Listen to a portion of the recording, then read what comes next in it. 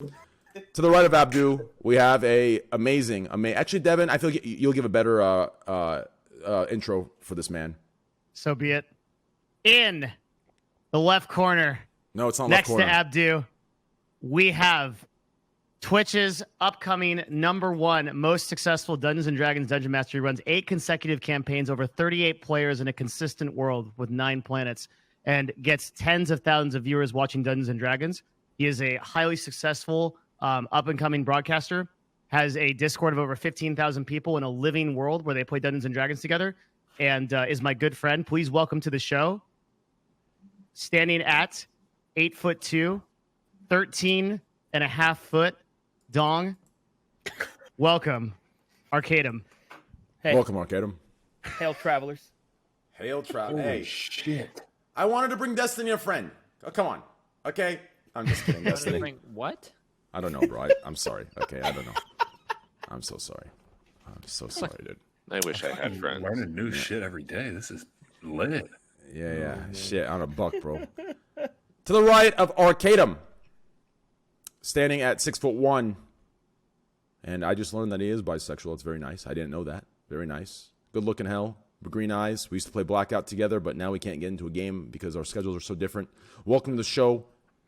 #1 political streamer on Twitch regarding actual politics. Welcome. Destiny. I have blue eyes, not green eyes. Whatever, bro. Same shit. Fuck you. Oh, that's a big one. You can't get their eyes wrong. Can't mess Yeah, that that's up. fucked up. When's the haircut? Well, everything is closed. You can like hire a guy to come to your place. That's what I did. Fuck. I True don't care facts. for That bullshit. Okay? Yeah. Fuck all that shit. I just what took the scissors and I cut my fucking hair. I cut the front here. Fuck it. I don't give a fuck. All right. Just so you can see League of Legends. If I fuck up enough, Hold I'm on. gonna do a donation drive and shave it. Fuck it. Hold on a There we second. go. Hold on a second. For those of you that don't know, we're doing a $5,000 Cash App challenge on Twitter. #ScuffedPod. You put your best creation of me. And what I just saw by this motherfucker. Who is this? Travis? Bro, Travis. What the fuck is this, bro? Let me tell you right now. I am not. Listen. Hold on. Oh my. Hold on. Give me a sec here, dude. How do I turn this shit off? Jesus Christ. Bro, nah. Going well. Nah. Bro, what is this? What the fuck is this, bro? What the fuck is this? Bro, 21 Savage is not taking my girl. I'll tell you what that is. That's the winner of that contest right there. That's what that is. My God. I totally agree with Devin. That is the winner of the fucking contest. Please, chat. That is a winning tweet right there. If you want to win Cash App's money on tonight's #ScuffedPod, you make tweets like that. And my girlfriend replied and put some laughing faces. What the fuck? Bro, that's fucking hilarious. Shameless, bro. Holy shit. Power stance. See, this is why I came back, for good laughs. Thank you, brother. Thank you. Yeah. Okay, where were we? Okay. Below Abdu2 Beastie, co-host, co-producer of the show. Co-host, co-producer of the show. Standing at 5'13", which is 6'1". Black hair. Looks good now. Looks a lot better. Haircut's nice. His gray hairs are coming in like person of interest, John Casabiel. Welcome to the show, Steve Nash!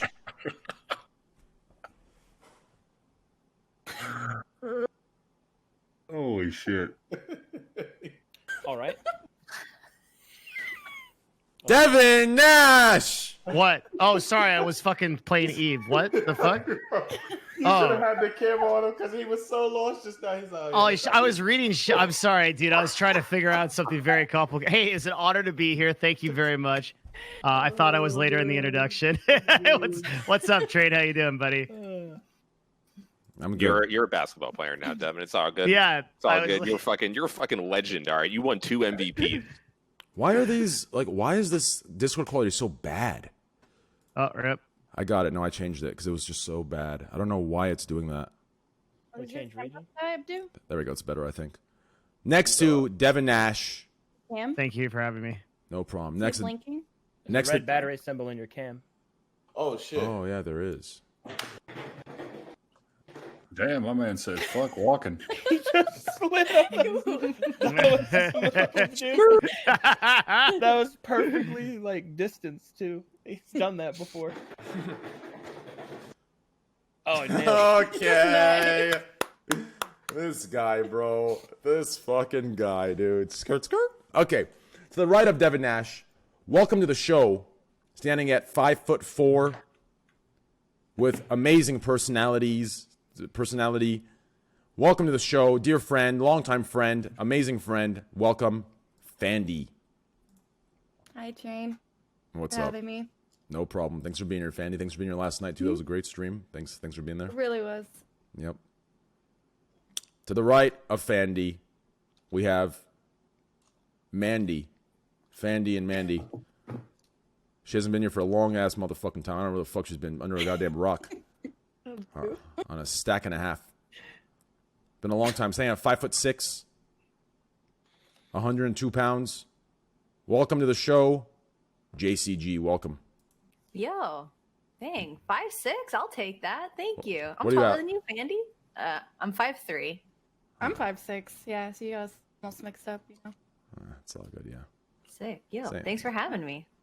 No problem. Thanks for being here. We missed That you, boy yeah? be adding inches to height. I ain't gonna lie. You feel me? Be adding inches. That's right. Below Devin Nash, we have Miami Heat, number 0. Right? Yes, sir. Thank God. Standing at actually 7 feet tall. His finger alone is bigger than all of our cocks. Welcome to the show. Good looking as hell. Married man. Meyers Leonardo. Welcome, brother. Hey, man, I appreciate it, Train. I had a lot of good feedback after the first time I was on, you know. So had to make sure I came back. Show me that finger real quick. Oh God. Bro, That shit long as fuck, bro. that shit's huge. Nah, you can finger slap somebody. You know how people be full palm. You just shut the fuck up. Fuck, dude. You're not telling me you're a wand in Harry Potter. I should itself expect. You know what I'm saying? Bro, you are crazy. Man. I fucking love it though. Oh, fuck. To the right of Meyers Leonard, we have esports journalist, long hair, drinking a coffee. I low-key kind of want one right now. I fuck, keep it a buck with you. Yeah, that looks incredible. That does I look- went to McDonald's right before the show. Dude, the coffee looks so good, bro. I can't. I've been at Yeah. McDonald's 11 years. Really? Yeah. You're a smart man. You're a smart man. Are you serious? I'm My gonna die. body, I'm my sure. body is my temple, you know. That's how I feel Damn. myself, you know, make money and shit. That's crazy, bro. The body's a temple. You're, taking beers down nonstop. You know, Are you trying? Okay. I had to say it. Listen, if that came from someone else, like a Reddit comment, it would have been a hate thread, right? But if I say it, now it's known, and anyone else that says it, they're fucking bitches, right? So you're good. I actually saved you from that one. But anyways, think about it. I'm telling you, bro, that's how it works. If you meme it, it can't ever be used against you. That's how it's used. Just trust me. That's how it works. But anyways, to the right of Meyers Leonardo, welcome to the show, number 1 esports slasher. Welcome, brother. Hey man, how's it going? Thanks for having me. Dude, are you? I've never seen you this happy or joyful. Are you high? I do not even know what narcotics are. Bro, there was something up. Yo, Des, do you feel me on this part? Have you ever seen this dude this happy? Yeah, there's some. He's happy because he's finally released from the pressure. He was so worried for so long because people thought he was full of shit about the DrDisrespect stuff. But now he knows that people know that he's full of shit about the DrDisrespect. And now he's like, fuck it, the truth is out there. It set me free. I can just be fucking chill. And I can talk a bunch of shit publicly and it's whatever. Thank you, Steven, articulating it perfectly for everybody. He's completely correct. Right on the money. You know, if anyone really would know me that well, it would be Steven. And I really do appreciate that and the support. And everybody here in chat, I know fully is behind me and have supported about me. So I'm really feeling it. Thank you, Steven. No problem. Mm-hmm. No problem at all, dude. I'm still bugging over that picture, bro. What the fuck was that picture? Like, that's some I'm about to retweet that shit, bro. That was just some bullshit. Train, you had a good tweet the other day, by the way, just so you know. Which one? I want to make a show called Reverse the Roles, etc., etc. Oh, you like that one? Should we do it? Big time. You want me a part of it? I mean, maybe you shouldn't be actually, but yeah, maybe you shouldn't be actually. You probably get fired or something, but I'll do it. Right? Right? I mean can people, yeah, they don't know. They just don't know. Well, the problem with the show, the biggest problem with the show is this, right? So like us being in the spotlight, we're kind of giving like a little bit of like I don't know what you call it. Like we're waiving our privacy in a bit by being a public figure, whereas the people commenting aren't. So as soon as we dig in a little bit and we see what they look like, where they're visiting, I know it's going to be pulled into some sort of doxing, right? I know it is, right? As soon as the roles are reversed, it's going to be all the defensives of why they shouldn't be in the public spotlight. So that's the one workaround I got to figure out how to go around. But if I figure that out, hey, that show's a great idea. Even Austin himself messaged me, he's like, yo, that's really fucking good. It'd be great to show people what the fuck they're actually doing. Because I think people don't realize it. I actually think people don't realize it. I think like they remove themselves from the equation because of the thing Destiny was saying about the fundamental attribution error, right? They're with their boys, they're saying their shit, their jokes, but they know that they, themselves and their boys, they're not actually racist, right? They're just making jokes, and then someone else does it. What are we talking about? His tweet. Oh, yeah. But anyways, what is the tweet? Well, I mean, I assume if we knew the tweet, he probably wouldn't be asking what you were talking I about.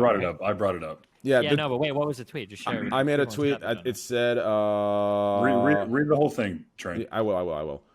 I said, I gotta find it.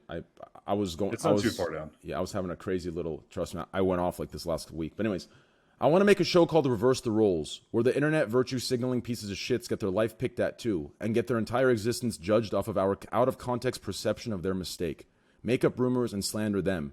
This internet culture needs an ass whooping. That was my tweet. Dude, did I ever tell you my idea for a show called You think you can stream?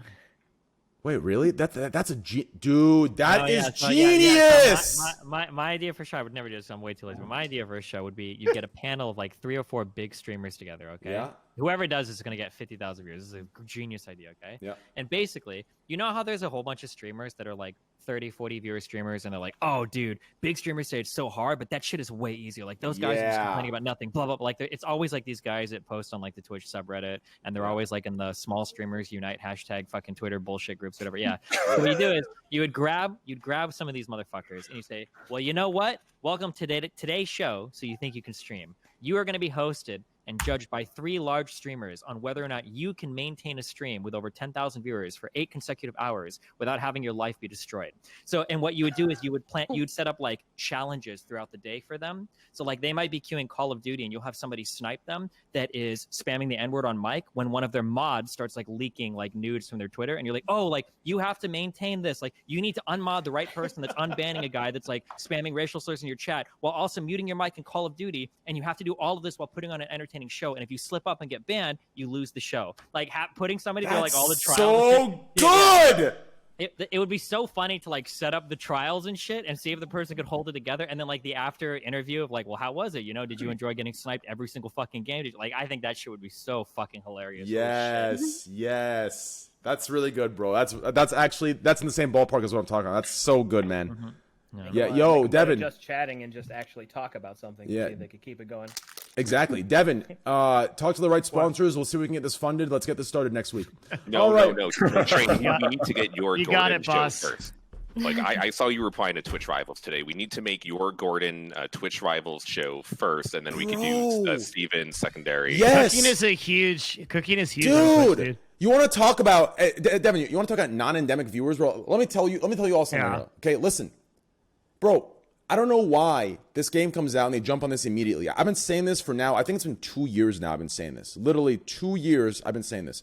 Take one Twitch Rivals, which is $100,000 they put into it, where everybody wins. 100K. Take one of those. Okay. Go and pay Gordon Ramsay $100,000. I looked it up. It's between 75 and 100K for him to show up for a guest appearance on a TV show that's like, I think 2 hours or something, right? It's 75 to 100K. Give him the 100K. Should be more. Yeah, but no, that's what it was. Just trust me. Anyways, And even if it's more, Twitch could put more. Okay. Yeah. Listen, imagine they hire Gordo for one Twitch Rivals event, and they get the right because Gordon does men versus women, like red team versus blue team. Imagine getting the top female creators, the top male creators, and having Gordo run it like Hell's Kitchen. That would be a 500,000 viewed stream. Everyone loves Gordon. It would come from everywhere. It'd be broadcasted and talked about till the end of fucking time. 2 years I've added Twitch on Twitter, telling them to fucking do this. I even messaged my account manager directly for the last 2 years, and they said it's a good idea, but I've just heard nothing back. It would be so big.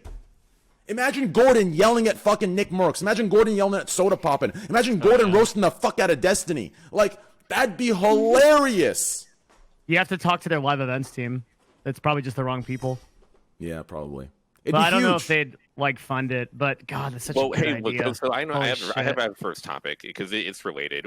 Have you guys watched Venn and their launch, which is like the TV network, the online network, which is launched on Twitch yesterday? Austin's going to have his show happening next weekend. Sushi Dragon is going to have his show this weekend, and there were a few other like Cash Nasty is going to have like his what is it the fitness show on Venn. Like, it feels like that Venn would be the one to pay you, Steven, and you, Train, to make this happen, not Twitch. Who the fuck's Venn? You don't even know what the fuck I'm talking about, which is probably a big problem. Devin, who's Venn? Venn is a new company that got $30 million in investment, and they just launched an entire network on Twitch yesterday with a whole bunch of shows. And Austin is getting paid a ton of money by Venn to do a whole old Joe Rogan Fear Factor on Twitch type of show, which airs next weekend. And Sushi Dragon also is getting paid a ton of money to do like G4 a super coming back version too? of what G4 is coming Wait. back too. Basically, all these old TV shows, Train, are like coming, or TV channels are like coming back and doing a thing on Twitch. Like, Venn is a thing focused on the internet. It was from the main producer of the League of Legends Championship Series. He worked at Riot. He left Riot. He got investment from the COO of Twitch, which was Kevin Lin, and Mike Morheim, who founded Blizzard, to start a new company called Venn. And now he's paying a bunch of Twitch streamers and YouTubers to do like new shows on the network. And it launched literally yesterday.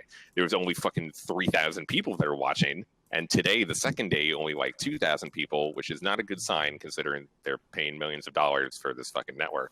But they're the people that would buy your show and do Steven's show, not Twitch. Well, all I know is as long as I can, during Venn, I could use Cash App. I'd be very happy to use Venn. As long as I can use Cash App. Anyways, no. Real quick. Austin gets to do his own show, and then he's getting paid by Venn even more money to do this new show. Oh, wow. That's insane. Well, hey, Venn, let me know. Okay, anyways, so real quick, I want to know, guys, a lot of shit's going on in the world right now. And, Sasha, connect me, bro, I'll give you a percentage. But anyways, you know what I'm saying? Hey, Devin's not going to be happy because, I'm going to be over with Devin, soon, Dude, legally. they fucking need it. No one's watching the goddamn thing, so they need you, Train. Thank you, brother. I appreciate it, yeah. Anyways, a lot of crazy shit's going on right now. I don't know what the fuck you meant by China, Slasher. I mean, I've heard of like Beirut, and I've heard of the Logan Paul thing, and I've heard of like the 6 other different fucked up things going on. Obviously, the Beirut thing's way worse than the Logan Paul thing. Logan Paul thing's irrelevant compared to Beirut, but like, go ahead. Like tonight, a few hours ago, Trump made an executive order stating that TikTok owner ByteDance and WeChat owner Tencent would have all transactions stopped in 45 days from now. Wait, transactions? Wait, does TikTok pay people? It's a really weird thing, this executive order. At first, everybody was freaking out. I don't think they thought it was video games. Yeah, and it's like I talked to all the lawyer bros. So what this appears to affect is whatever they mean by transactions on WeChat and TikTok only. And I don't know what they mean by transactions. TikTok doesn't pay influencers, but it could mean that they have. It could mean like financial. We really don't know. Like, it just has to get clarified by the White House. I gotta say, the statement was so fucking ambiguous and weird. So vague. It was very perfect for the Trump administration. It didn't make any fucking sense. You had to read between the lines. There's no clarification of what is happening, and no one has any idea if this is going to pass. It was very. Because I think it could still get challenged in court. But we read up on the executive order. And it literally just says TikTok and WeChat. There's nothing to do with like like people were like, Path of Exile is gonna die. Like, no, it's fine. Like, everything's Everything's chill with that. I but can't it tell does what seem like TikTok is I gonna blow I up. can't tell what cartoon character voice you sound like when you do that. I don't know. Chat, what is it? Does anyone know what that is? I really can't figure it out. It sounds the so. assistant from Kung Fu Fury, I think it is. That's what he sounds like. The lore, dude. Yoda. Oh, it's Yoda. No, it's Yoda. Oh yeah, it is It's Yoda. Yoda. As well, yeah. It's Yoda. Well, Yeah, that's Yoda what has it a is. little bit more of a drawl, but yeah. Yeah, see that. that's something Arcadum Yoda. is like a voice actor type of guy.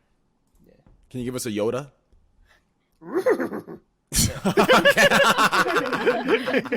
Yoda's a little deeper in the throat. There is no try. Only do you must. You know, That's stuff so like good. What the fuck? Yeah. How good was that, Myers? First of all, my name's Myers. Oh, yeah, I wanted to. I wanted to try Meyer, dude. Okay, I've been thinking about it. He can just see if he can get away with it. Yeah, like I thought about. Okay, Myers is plural. Why can't I just say Meyer? Maybe you were thinking Hammer because Hammer ends in ER. Meyer, I don't know. Are Anyways, you sure you want to open the door to that? Oh no. Whoa! You want to open the door to that? You want to talk on hammers? anyways, that was incredible. Thank you, brother. you. Oh, shit, I spelled it you. Mayers. My bad. Give me a sec here. That's my bad, bro. Myers. You really Mayers. put like John fucking Mayer Leonard. Yeah, that's my bad, bro. God saying? damn it, Devin. How do you put up with this bullshit all the time? I just play Eve and pretend like I'm paying attention. Okay. Got her. That's true. I mean, if you guys think I'm paying attention, y'all are bugging. You know what I'm saying? I'm playing Call of Duty right now. You know what I'm saying? Okay. Wait, that misspelled Leonard? Len-Oward. Yeah, no, I spelled it right. Oh my! No, the hell you didn't. Wait, I didn't?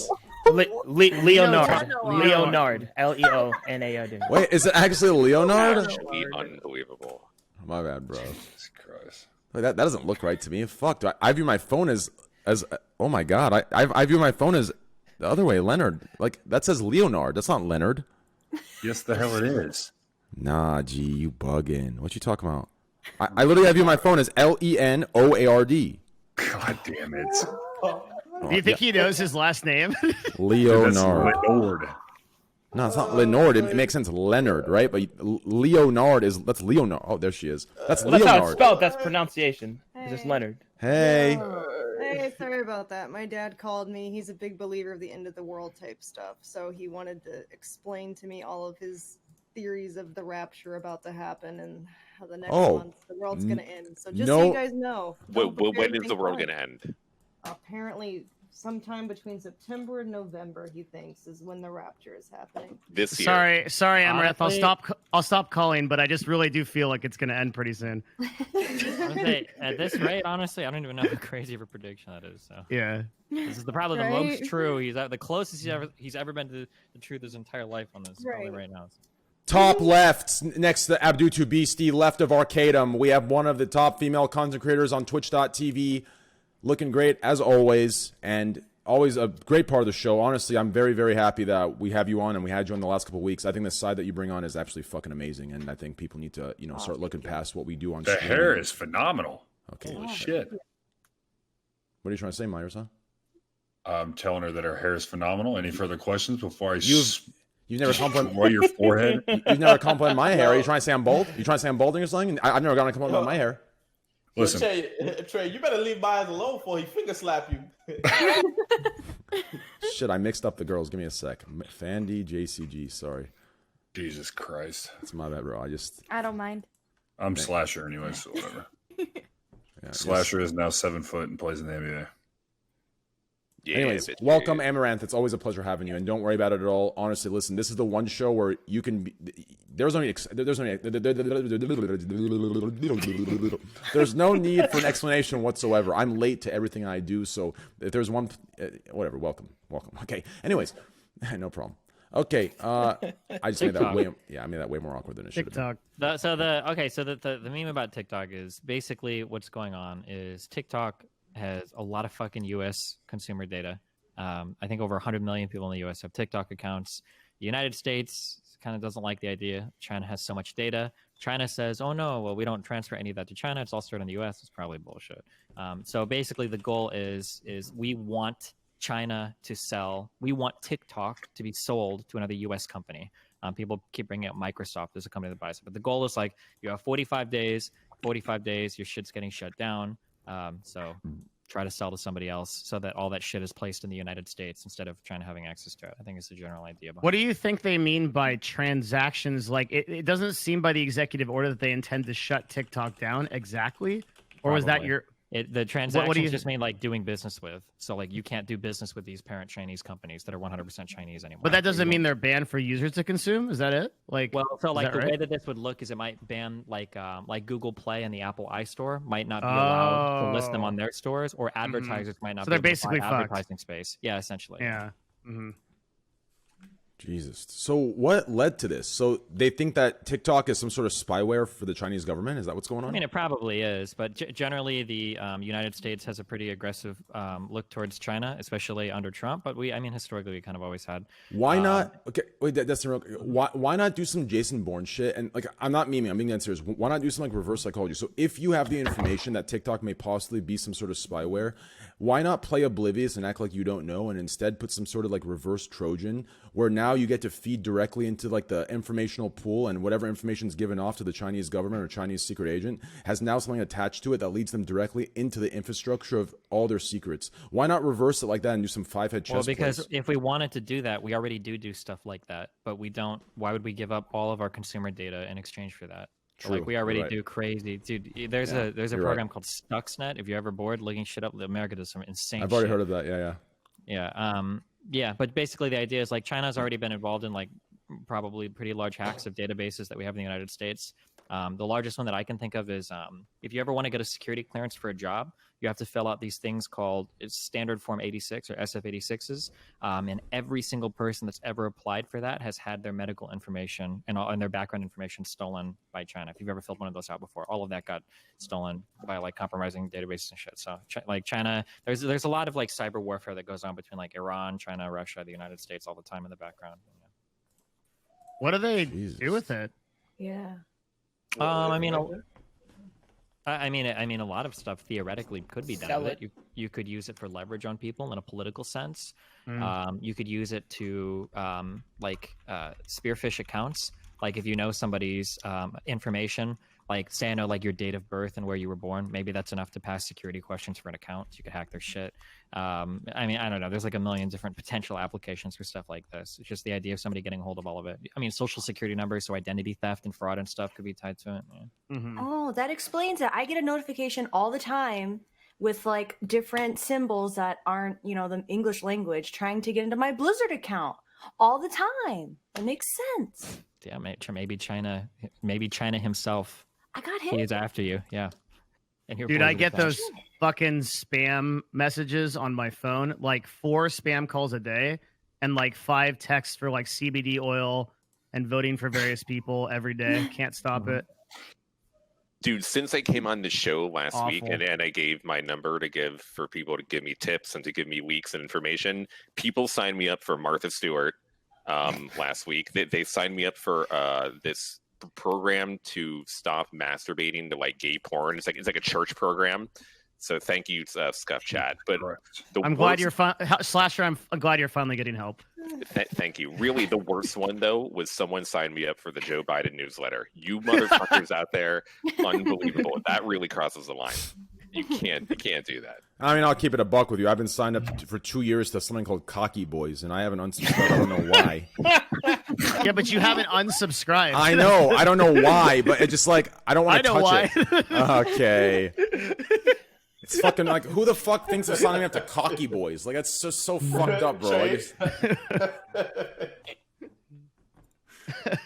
Of course it comes when you order it. Okay, buddy. You're so cute, Meyers. Where the hell did that come from? I don't know, I'm just looking at you. You got blue eyes. That's just nice. Okay. He was thinking about Cocky Boys and then, transition. Mm-hmm. It ain't like that, bro. I'm telling you, bro. It ain't like that. Okay, I'm not gay. Okay, there's nothing wrong with being gay, but I'm not gay. I'm just noticing a. Okay, let's. I don't want to talk about this for 2 hours. Please. Go Okay. To the All right. Next topic. Okay, so Safe. did you all hear this Logan Paul shit, bro? The FBI raided his Jake Paul. shit. Whatever the fuck. Jake Paul. Yeah. No, Jake it's Paul. different. My bad, Jake It's- Paul. I'm sorry. They look the Jake same Paul. to me. My bad. I'm gonna be honest with you, bro. Jake Paul, Logan Paul, and Tfue all look the same to me. I'm gonna be honest. I'm gonna keep this stack with you guys. No, Jesus Christ. Turner What if does they- not. Nah, bro. They all look the Turner same. resembles- Come on, dude. They What look if they're the same identical. person? They look No. identical. Come on. What if they're the same person? That'd be pretty crazy. Yeah, maybe. I don't know. But anyways, I'm What just if sitting down on a mouse and keyboard, and then you'll figure it out real quick. I mean, I love Tfue. Tfue's actually a good ass dude. Like, I think Tfue has like the same effect as me, right? Like, you know, he looks like an asshole, but he's actually really nice when you get to know him. As far as like, you know, what he does, I haven't done research into that, but like, just talking to him a couple times, he's actually a nice dude. But anyways, what's going on with this? Slasher, you have the 4-1 on this, Destiny, Devin, y'all have the 4-1 on this or not? They raided his place. Supposedly there were pictures taken where they came up with a lot of guns. Were those guns real? It seems They impossible. were real, yeah. They were. Yeah. They look Yeah, real, because the yeah. cops were commentating on them being real. Yes. Yeah. And they raided a place that he's at all the time in Vegas as well. It's called like the fucking graffiti mansion or something, some shit. Did you see his fucking house? Yeah, the one in Holy Calabasas. That shit is shit. nuts. Yeah, what the fuck? Dude, I'm in the wrong industry. You should have been a YouTuber. Like, Yeah. Jesus Christ, man. Bro, people Should've were trying to cancel Nick Merckx for his house tour, and I'm looking at Jake Paul's house. Where Jake the fuck Paul's like Logan- 20 times that. Dude, yeah. that's some shit you see out of like a drug den and fucking Bad Bro, Boys listen. 2. Let You me know what I'm explain saying? something. Having a house like that is not worth it. Trust me. Mm. I've never had something near that big, and that shit is a fucking daily hassle, man. There's always somebody there. There's always someone for the pool, and someone for this, and someone for that, and fucking, it's not worth it. Trust me. I mean, It's the a dope- maintenance, dope right? house, but- Yes, it's the Yeah. daily upkeep. Don't get me wrong, it's dope. Whatever you want to call it. I'm but, sure the water bill's crazy, the landscaping is crazy, all that bullshit, bro. dude, all of it, every last bit of it. Yeah, that together was like 10, 20 G's a month. Like Easy. landscape. Easy. Yeah, no, landscaping for a house like that alone is I think probably 10,000 a month, right? And then you have pool cleaning, right? Like I don't know if that's included the landscaping, but you have the pool cleaning, which is bat shit, and then you have fucking water bill, electricity. This shit adds up. We're talking 10 easy 10, 20, 30 racks a month just for that shit, utilities and landscaping and shit like that. Easy. So No question about it. it's crazy, and that's just money out. That's money pouring out your pocket. It's just burning away. So Right. yeah, so it's not too smart unless you're just filthy rich, which I guess he might be. How much is he worth? You think? What's he worth, Devin? So get up. Does he live alone? Like, come on, does he need that much space? I think it's the fight, right? That fight brought him like 50 million, right, or 100 million. 19 million. Yeah, it says 19.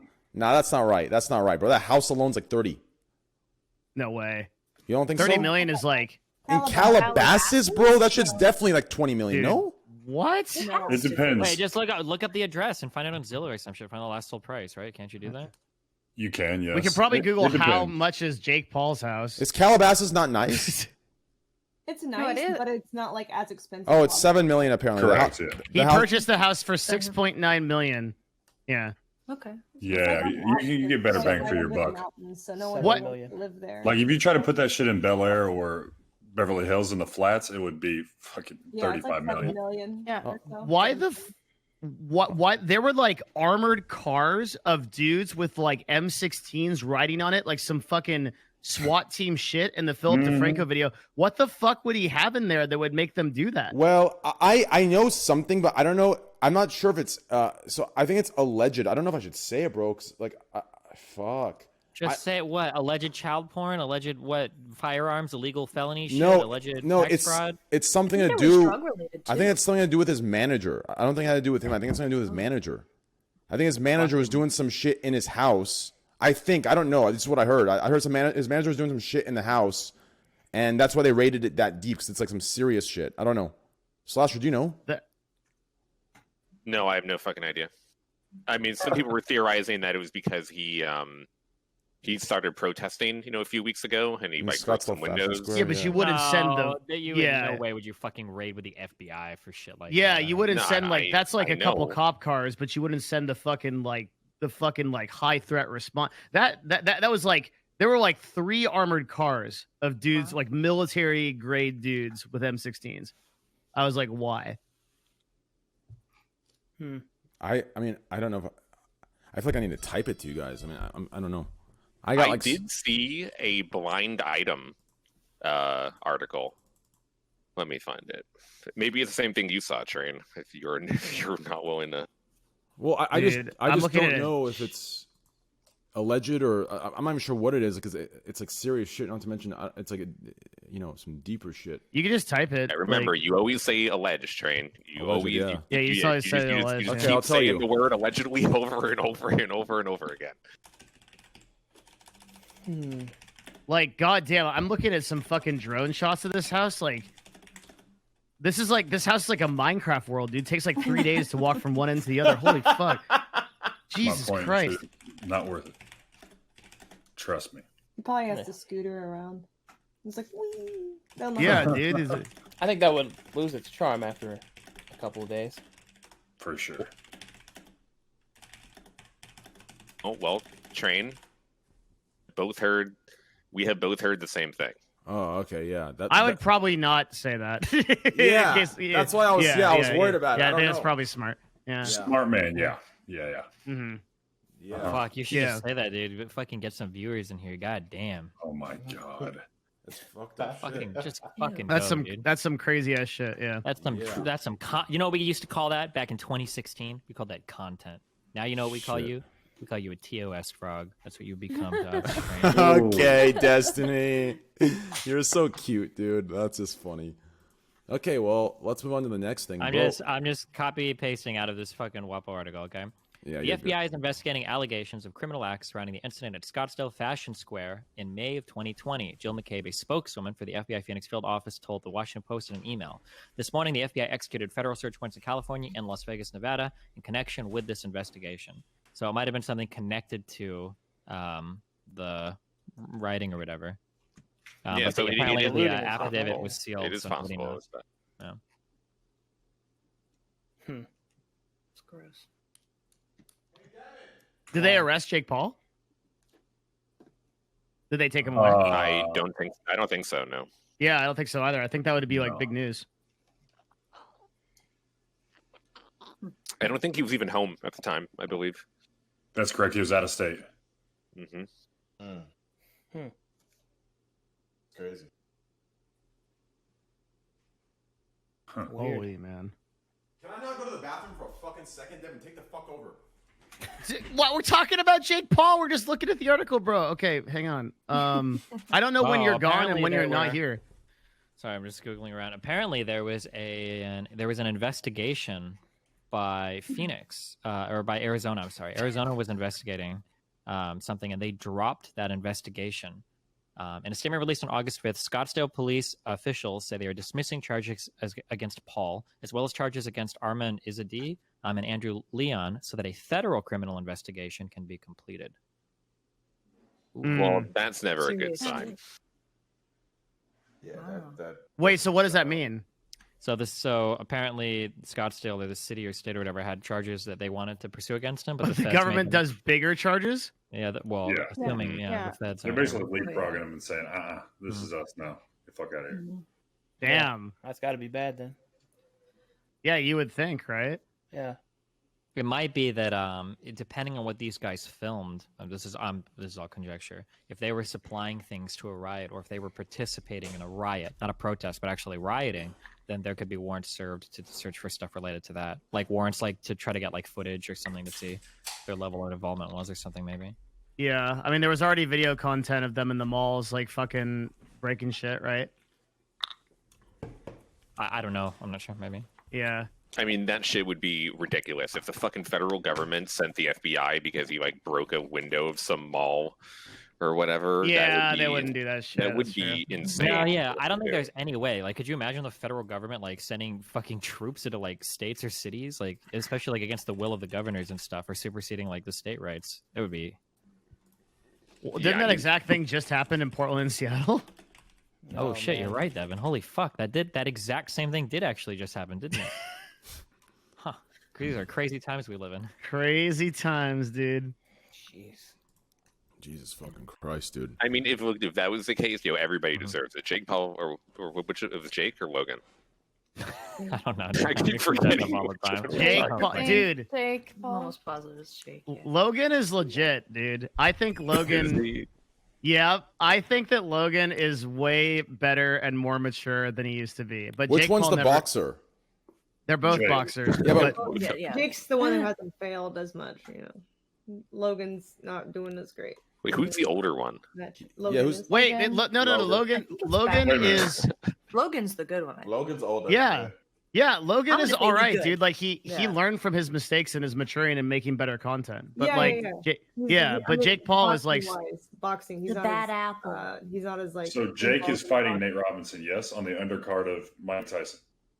Is that I true? hope So Yeah, it is. Yeah. How Holy tall is shit. How tall is Nate Robinson? Like he's like 4'10". No, he's like 5'5" 5'11". something, 5'11". Okay. Wait, So he was short. he's 5'11", bro. In He the must have NBA, had. then. He must have been around some tall motherfuckers then, because he looked like he was like 4'10" next to Hey, everybody. genius. He plays in the NBA. 5'11's not bad at He's all. 5'9". Oh, It's perspective, Train. Okay, he looks short as fuck when he's against NBA players, but he was a good fucking dunker. Nate Robinson was the shit. He had hops. I hope he beats the shit out of Jake Paul. yeah, he could dunk. At 5'9", he could dunk. That's insane to me, bro. Yeah, At I mean, 5'9", he could dunk. Train, That's, did you ever dunk? I could touch the rim. That's it. Nah, I can't dunk. Jesus, soft. I'm 6'1". I mean, maybe you can teach me, bro. I dunked in 8th grade when I was 6'1", so get some of that, buddy. Could you do you think maybe like when we play basketball together, I could like go down the court, run, and then you could like lift me like I'm your kid, and I could dunk for once? Holy shit! Are we filming the next movie? I fuck Space around. Jam? What the Listen, fuck? I fuck around with my teammates every now and then. 'Cause I would say I'm abnormally strong, so I can if they jump and I kind of propel them to the rim, they can throw it in way above the rim. It's kind of interesting. Space Jam. So you Exactly. can. So I'd you're watch it. dude. I'm down, dude. Let's get together after post COVID, and I want to dunk. I want to feel what it's like to get air. I'm gonna Listen, jump. we'll get high level content, brother. That's all we need. I'm gonna jump from the free throw line. I want you to, just like I'm your kid. I want you just to zoom me in. I want to feel like Air Jordan for a moment. Got it. That must feel so crazy, bro, to jump from there to there. Oof. Crazy Yeah. shit, bro. I'll tell you one thing though. My 3-pointers are wet. I'm telling you, bro. You put me in a 1-on-1 with anybody, I'm gonna breaking some ankles. Train. Yeah. You went 2 different directions there. You said your jumper's wet and you're breaking ankles. Which are you? Well, yeah. First, Shattering Same ankles. time, What do you mean? yeah. Well, Absolutely. He's Well- not at that level. Well, first, I gotta break the ankle, right? I gotta cross him over so his ankle's broken, and then as he's All right, looking, Train, at the, listen, this is what we're going to do. You ready? yeah. I'll shoot NBA threes. You can shoot high school threes. We're going to shoot it. Listen to me. We're going to shoot 100 total. Okay. Let's say I make, this isn't going to happen. Let's say I make 80 and you make 90. I owe you $1,000. I'll give you $100 for every make above what you make of me. But you have to give me, what's fair? $100. 25. $100. No, 25 for every. Bro, so if you have a bad day and I make like 50 above you, I need 50 bands A from you. bad Right? day, I could, bro, listen to me. I need 50 bands, bro. I need 50 I large need ones from you, minimum. baby. Better than when you're dreaming of shooting free throws. I need 50 big ones from you, Leonard. I'm telling you, bro. Hey, Meyers, if you have a bad day, bro, and I'm going 50 above, man, listen, I'll tell you to keep it because I'm a nice guy. But I want the cash in a duffle bag brought into the goddamn You court. said 50 above, so you trying to say my boy about to shoot like 20% or some shit? Yeah, fuck yeah. My boy's 7 foot, bro. This dude's not going 80. You can't be going 20% No. max. You know what I'm saying? This is Nah, what I a literally get bad paid to day for shoot him that is probably like 35. Wait, are you a 3-point Like shooter? 30 to 35. Yes. Wait, you Yo, are? look, my son got the scat. What you mean? Wait, you're a 3-point shooter? That's literally what I do, you freak. What? I thought you were 7 foot tall. You're just like in the middle, like Yeah, he a oh. big shooter, bro. You know what I mean? I thought you were like, I've oh. shot 42 and above for the last fucking 3 years. Wait, really? Yeah. Oh fuck, bro! I thought you were just in the middle, like getting rebounds and shit. Listen to me. I'm making a minimum of 75, no question. Really? Yes, yeah, I'm dead serious, by the way. Anyways, I'm done talking about me. This is fucking dumb. Ask another question so everybody else can talk. Ooh, my son talking his shit. He said, Damn. Then I'm gonna fly over, bro. Hey, I'm gonna show up in a PJ. I'm gonna show up in a PJ, bro. We're gonna shoot some threes. Jay Hart's gonna commentate it. Jay Hart's gonna be on one of those stands like Charles Barkley. He's gonna be commentating our 3-point shootout. Fun fact: I've never got a PJ. Never. Wait, a PJ or a BJ? Jesus Christ, what is wrong? I didn't hear you. No, I did not hear you. I'm not. I did not. help with one of those in a bro way. Holy fuck. I didn't hear you. You had a choice and you took the low road. You funny as shit, bro. Yeah. God damn. I mean, hey, go back in the bot. It sounded like you say you never gotten a BJ before. That's what it looked like to me. What is that? What is that? Sunny Delight? No, that's a strawberry bubbly, brother. What is that? What's a strawberry bubbly? It's fucking sparkling water, dog. Nice, bro. I'm actually curious to like. It's crazy. Ask me anything. Yeah. So like back in sports, you know, it was crazy. What's funny? What's going on? I don't know. Wait, is your wife with you right now? No, I wish. I wouldn't be. Well, I might be here. You really want her on the show with you? Is that? Yeah, I guess it'd be an awkward show, wouldn't it? No, Meyers can't get his wife there until they win basketball. Correct. We have to advance to the second round of the playoffs, which is roughly 3 weeks from now. Wait, playoffs are already here? Meyers got to get into the game first, and then maybe they can get into the playoffs, and then they're going to get to bring his wife. True facts. Anyways, what were you going to ask about Sports Train? I was going to say, just it's crazy how you have it at McDonald's, how you have like strawberry bubbly instead of a Coke. You know, it's just crazy to me. Listen. You drink Coke or not? He said his body's a temple, baby. You don't drink Coke? Listen to me. He probably hasn't drank soda in years. Somebody told me this once. They said, think of Coke as cancer in a can, and I never fucking had one again. Damn. So. How long has it been since you drank soda? Oh, God. I suppose maybe I had like, I drink like beer, wine, tequila, but it's always like straight on the rocks, you know, with like a splash of water. So, shit, it's been a while. Either.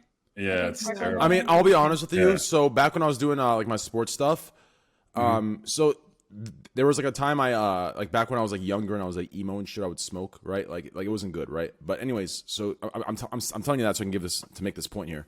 Got it. So it's actually the craziest thing, and people won't believe me. They'll probably think this is some crazy shit, but this is actually an experience I had. So when I smoked and I played soccer and I would run, obviously cigarettes or weed? Cigarettes. So I would get, I would sort of like, I get like, it'd be hard to breathe. I'd be like, hyperventilating, wheezing, right? It'd be shit, right? So I obviously, after I moved on past that phase of the emo phase, right? Like I quit cigarettes, blah, blah, blah. And I got like really into fitness and really into my soccer play and blah, blah, blah. And then I started drinking soda. And check this out. I actually had the exact similar effect as far as my conditioning went, drinking soda than smoking cigarettes. I had the same effect. Like I couldn't go as long. I was having trouble breathing when I was running out long periods of time. It's crazy. You would never expect soda. Well, how the fuck would a liquid do that? I can explain, but it would take a while. It's fucked. It's really fucked up. Yeah. It's actually we all have different metabolic types. There's 3 different ones. Everybody burns fuel differently. Those type of processed sugars go to your liver. If you don't burn them off, which most people don't, they turn to triglycerides, which are the hardest fats to burn, and people wonder why they can't lose weight, and they blah, blah, blah, blah, blah, blah, blah, blah, blah. Wow. Yeah, it's a lot. It's science, Meso, ecto, and endo. Well, meso, ecto, and endo is the body types, right? E. I'm definitely meso, right? Meso's the big boy shit, right? No, endo is, but I think you're a mesomorph. Nah, then I'm endo, bro. What the fuck do you mean meso, bro? Have you seen my fucking size? How much do you weigh? Yeah, how much do I weigh? Have you seen my size when I work out? And what's your body fat percentage? You can be jacked as a Only the mesomorph. top half. Not so much the bottom. Yeah. Nah, you bug. Wait, Dev, what am I? I don't know. I would how do you assume know what you mesomorph, are? right? I to be honest, like I never did PT. I used to do PT. I never did PT for like really tall people. I don't know like what you're. It would seem to me that you'd be mesomorph. Like, do you put on weight and lose weight really easily? Oh, you're right. No, you're right, Devin. I'm not endomorph. You're right. I'm mesomorph. You're right. You're actually right. I am endomorph. Mesomorph. Yeah. You're right. You're actually right. Endomorph's like fat. Yeah. Endomorph. Yeah. Low key, I think endomorph is like. Fuck. Who would be endomorph on the platform? Like before. S-Fan. No, S-Fan. Like S-Fan's a dude that could get like absolutely fucking ripped. But he can put on weight really easily if he's not working out. It's like that kind of body type. Oh, I don't have that. Mm-hmm. And ecto would be someone like you know those people immediately, like anyone that's like super skinny fat and like is really you just like literally have to like pack them full of food XQC. Yeah, exactly. Like you'd have to get him to eat like fucking cups of walnuts to like gain any kind of weight or anything like that, like a huge caloric load. I mean, based on this, I think like naturally speaking, right? Not working out. Naturally speaking, I would say XQC is like ecto. I'm meso. And then that old picture before like Hassan started working out, I would say Hassan's endo. Have you seen the old picture like before he like starts working out? Like it looks identical to this endomorph picture, like the default. It's like the same like chubbiness, right? Like, and naturally speaking, right? But when you work out, obviously you can get cut and bigger. So I think that's a comparison. I think Esfand and people like that in Greek there has to be something other than endo, right? Because like those guys are a little bigger, right? Like I'm not saying they're fatter, but like they're bigger, they're more round. This is like a really subjective type of thing. Like it's like an easy way to categorize people, but it isn't like a very exact science. Here, like, I'll show stream real quick. So what I would be. So this is what it is, chat. For those of you wondering, shit, what the fuck? It's this thing right here, right? This is what I'm looking at, right? Yeah. So this is XQC, right? This is obviously me, my man. Perfect. Oh, I'm number. Mez at 100%. Yeah, I'd say you're a mesomorph. Yeah. But you'd have a PT that would like you've got better access. I was like a fucking PT for a few years doing clients, and I was like had an ACE certification. Like you've probably got people in the NBA that know way fucking more than I do. Like, oh shit! Wait, what is this? Is this females?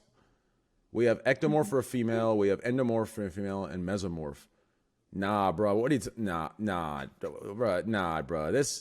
Endomorph. Nah, bro. There's gotta be another category. There's no way this is the only category, bro. Nah. I don't know which I would be, to be honest. I have no idea. Well, I'll tell you right now, I ain't telling any girl what they are. Okay. I ain't telling any woman what they are. Okay, that's not out of my ballpark. That's gonna take it away. You tell what she is. Oh, Fandy? No, I gain it runs in my family. We all gain weight really easily, so I have to be like super super careful about. Like, so then you're probably endo. So you probably endomorph. You build muscle very endomorph. easily too, though. Yeah, I do build muscle really easy though, so I don't know. It's so this is like. This is a really, really, really weird, like, subjective thing, but like, it's just a general way to describe like dynamic metabolism. If you like put on weight very easily, and it feels like you can't like keep it off, that's typically like endomorph type thing. If you put on weight and lose weight both really fast, that's meso, and if you can't seem to gain weight, that's ecto. But really subjective I'm sorry, categories. hold on. But at the risk of making this a huge fucking shit show episode, none of this shit is real, right? Like the Samoan stuff is not. Nobody uses this in fitness, like. Or like anything having to do with like physical therapy or anything. Like this is not a thing, right? So physical therapy and physical training like are two really separate things. I'm not a physical therapist, but I was a physical trainer. Yeah, no, but I mean like the idea of like these body types. This was like shit that people came up with in like the 40s and 50s. But like nobody actually uses this. Like you're never gonna go to like, or I would be shocked. People use it as go to like a fitness guy and he's like, oh, like I'm gonna give you like a workout program that's perfect for like mesomorphs or anamorphs or some shit. Like nobody like looks at bodies. Wait, anamorphs? Fucking anamorphs. People use it as a subjective classification to put you in a category, generally speaking, on what your metabolism might represent. Right. Yeah, Kind of like what your goals are, what you'll have to do. I'm pretty sure even for like metabolism, like 99% of people's metabolism falls within like a 300 calorie per day like thing. Like the idea that there are a lot of people with high metabolism and a lot of people with low metabolism is just not true. I don't think that's been like debunked like time and time again. I am not like an expert on this kind of science. I can tell you that I can tell you that based on people that I've trained and seen, there definitely is a very huge difference between some people that just cannot seem to gain weight, and you have to like literally load them up with noodles and fucking calories and shit like that, and other people that just put it on fucking instantaneously. It's body type, but it's also the food that you're putting in your body. Yeah, that's right. Like for me, I cannot have processed sugars, dairy, or gluten. I turn into a big ass ball of inflammation. Yeah. But if I'm eating like healthy fats, a lot of protein, like I eat 2 pounds of protein every day. It's crazy. That's a lot. I actually Meyers. I actually watched Zac Efron actually told me. Okay, Zac Efron told me that the typical American idea that high protein, low carb is good is actually the reverse. It's actually high carb, low protein that's the better for you. What do you have to say to Zac Efron? Not for me personally, but for me, for him, it might be. It is goal related, but where people get it fucked up is number one, you have to pay good money to get high level shit. Yeah. So I've been blessed to be put in front of certain people, and I went from I was like this was after a month off in France with my wife. Weird flex, but anyways, I was 270 and like 8.2% body fat, which is like the highest I've ever been. And by the end of the summer, I was 246 and a half and like 4.6% body fat. But that's because I knew exactly what I needed to eat, and I have ridiculous amount of discipline compared to most people. So, but How many calories do you burn though on like in like your workout days? Probably a shit ton. yeah. That's the thing. And I'm So you burning need to like eat. my body wants more. Yeah, I eat 5,000 a day. I And eat probably multiple meals, right? 7 total. Yeah. Yeah, Mhm. it's insane. Yeah. So you're like waking up at night sometimes to eat. Common misconception also, people think, oh, drink protein or eat fat before bed. No. Simple sugar. It keeps your brain up at night and you can't go into deep REM sleep, which then you can't recover, and then you can't train as hard, and then you go through this vicious cycle, and then you go through a whole week of shitty training, and then you wonder why. It's because everything is complex and everything matters. So you're saying that like glucose keeps your brain active and makes you and like you can't sleep as well? When your body is trying to break down proteins and fats, Simple sugars? No, you want simple sugars. So Really? like a piece of fruit before bed or a scoop of organic jam. Well, actually, and I also eat 8 ounces of lean steak and 8 ounces of salmon, because the fats in salmon from the ocean put you in a deeper REM sleep. Also, it's a whole bunch of science bullshit that I don't. Holy shit, that's so I cool. only know because I've garnered the knowledge. It's I just hire somebody who can tell me exactly what the fuck I need to do to look good and perform good. Be honest with you. That's fucking. I didn't know any of that shit. Nutrition's fucking crazy, dude. It's like a really insane, deep. man. Yeah, it's so insane. nuts. So nuts. Jesus. But my cheat meal, whew, wow. Now that's next level. Bear claws, pizza. 3 cronuts, which are 1,000 calories a piece, and a pint of ice cream for another 1,000. Amazing. Is that once a week?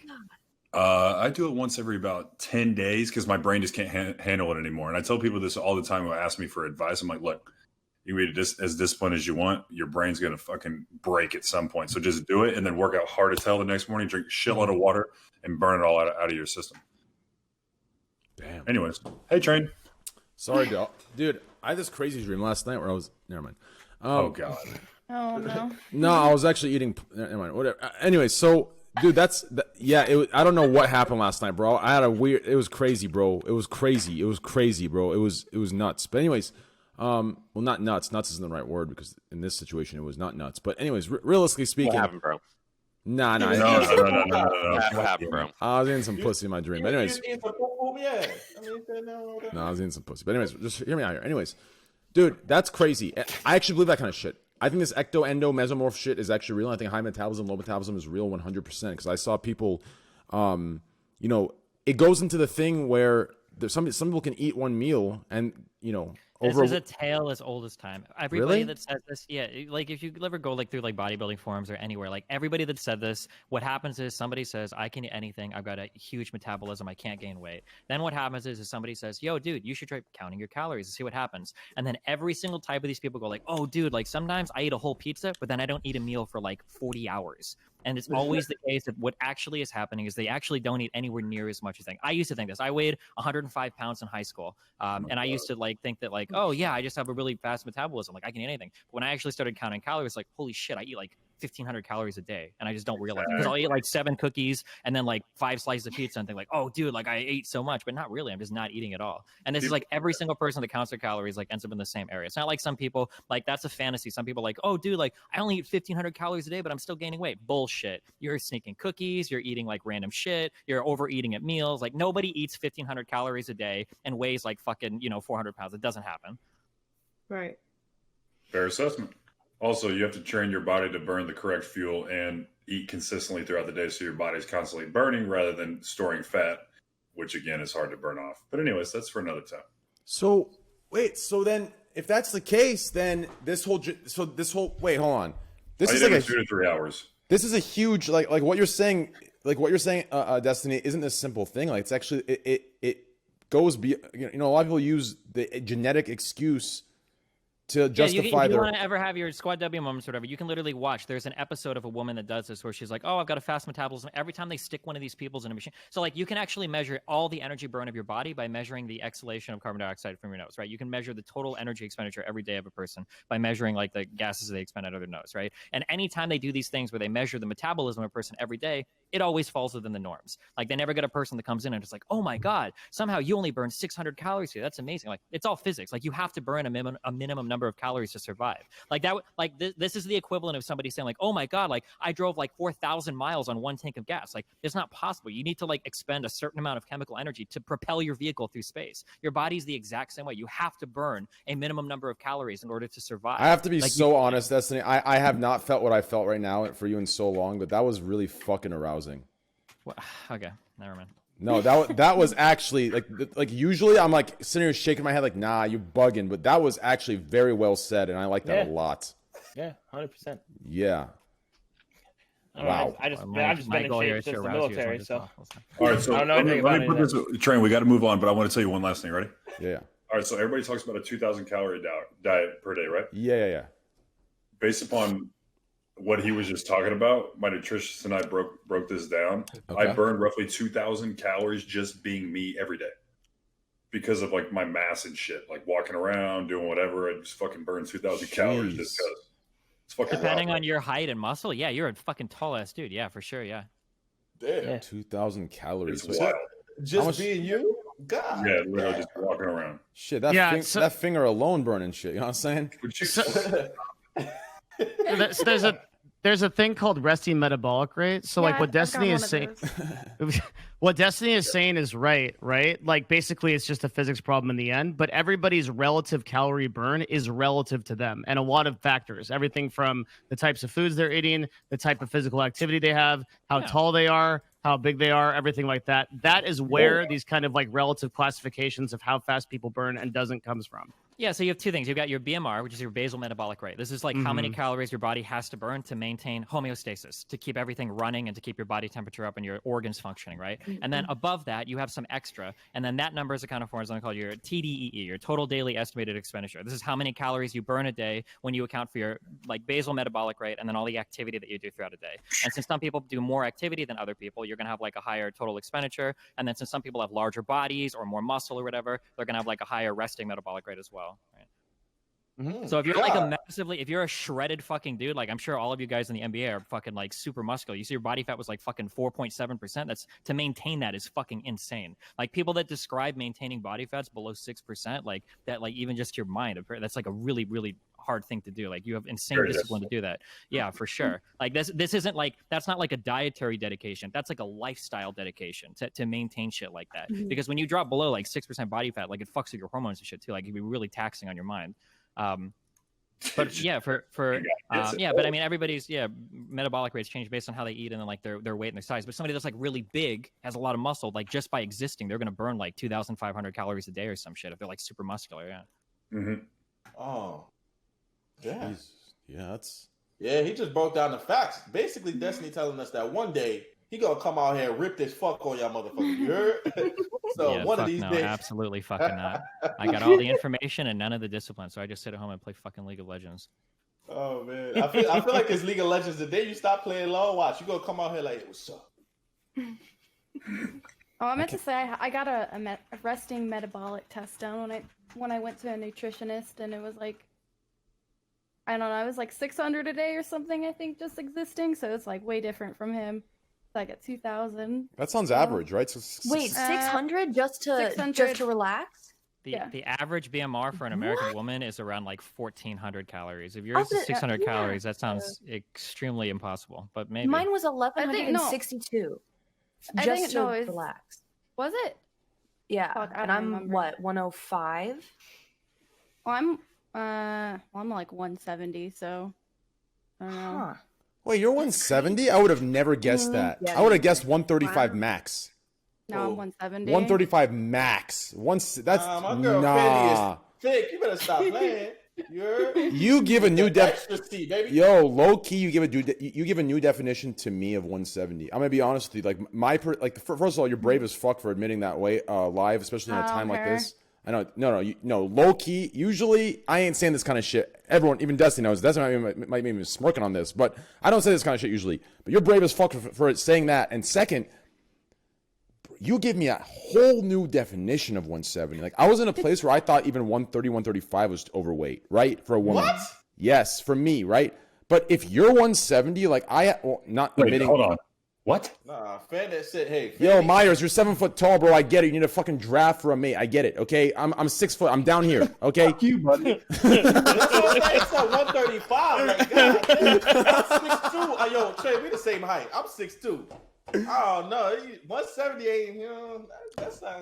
Bro, if you're 170, I was so fucking ignorant of weights and so shallow. Like, Really? yeah, I admit my shallowness. Like if it was any other girl here, like maybe I wouldn't. But I've seen, like, I've known Fanny for like years. Like, she doesn't look 170 at all. So if she's popping 170, looking like she does, not saying she looks. This is awkward. Let's move on.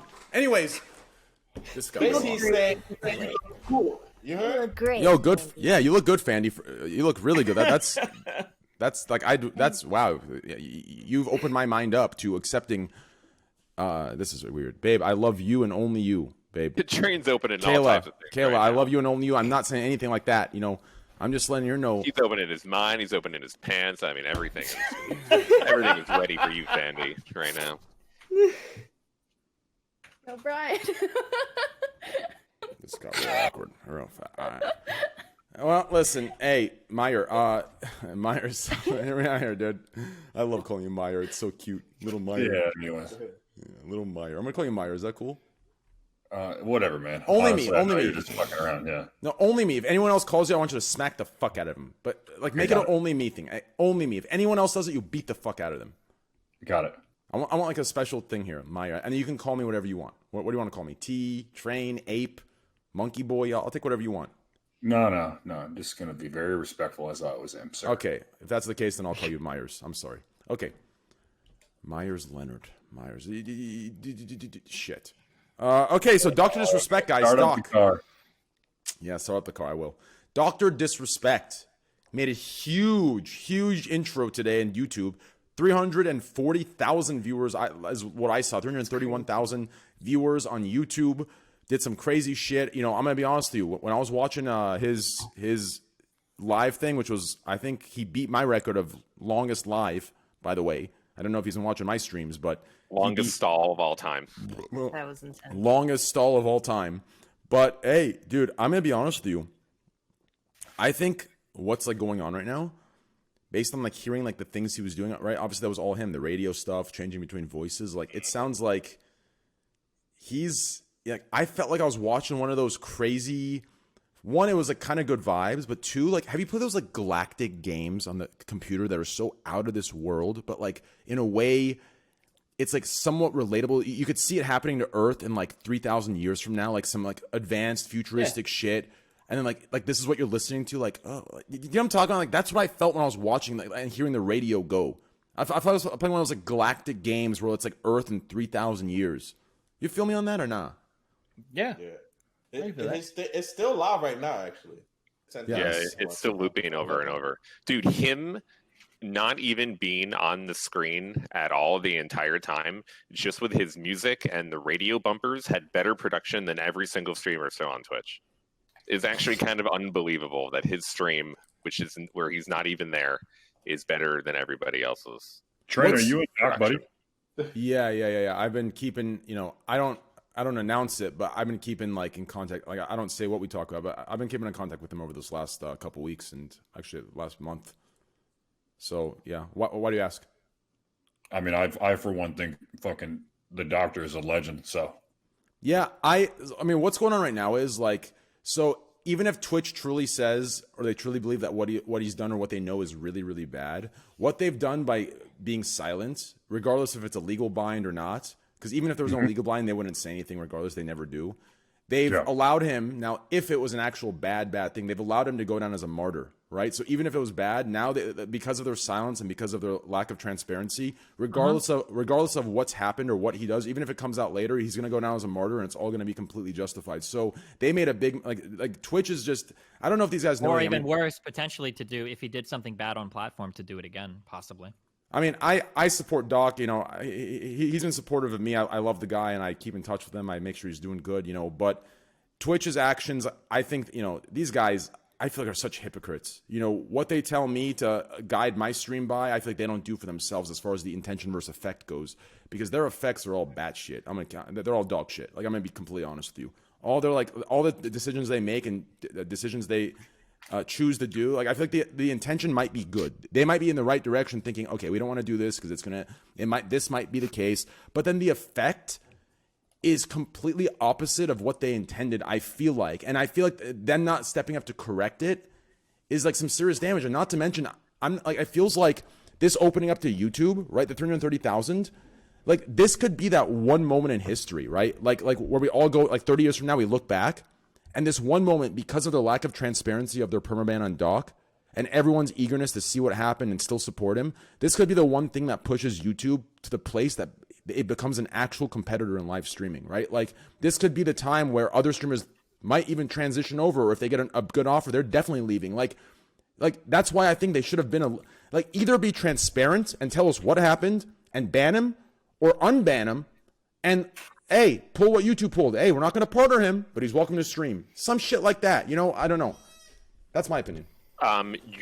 Your analysis is actually really good if for how you're thinking about this. And I know I am caught up in this because I'm the reporter and I've already said something and I've gotten my way in here. But I do think at the end of the day, it's not like it's just him that has been banned. Everyone keeps getting banned from Twitch, and then Twitch never says anything. And then everyone has to speculate about every single person who ever gets banned. Like Shinin and Zero, the Smash player, were just banned. And we all know it was because they were soliciting minors, because all the women that came out on Twitter. But again, it's not like Twitch said anything.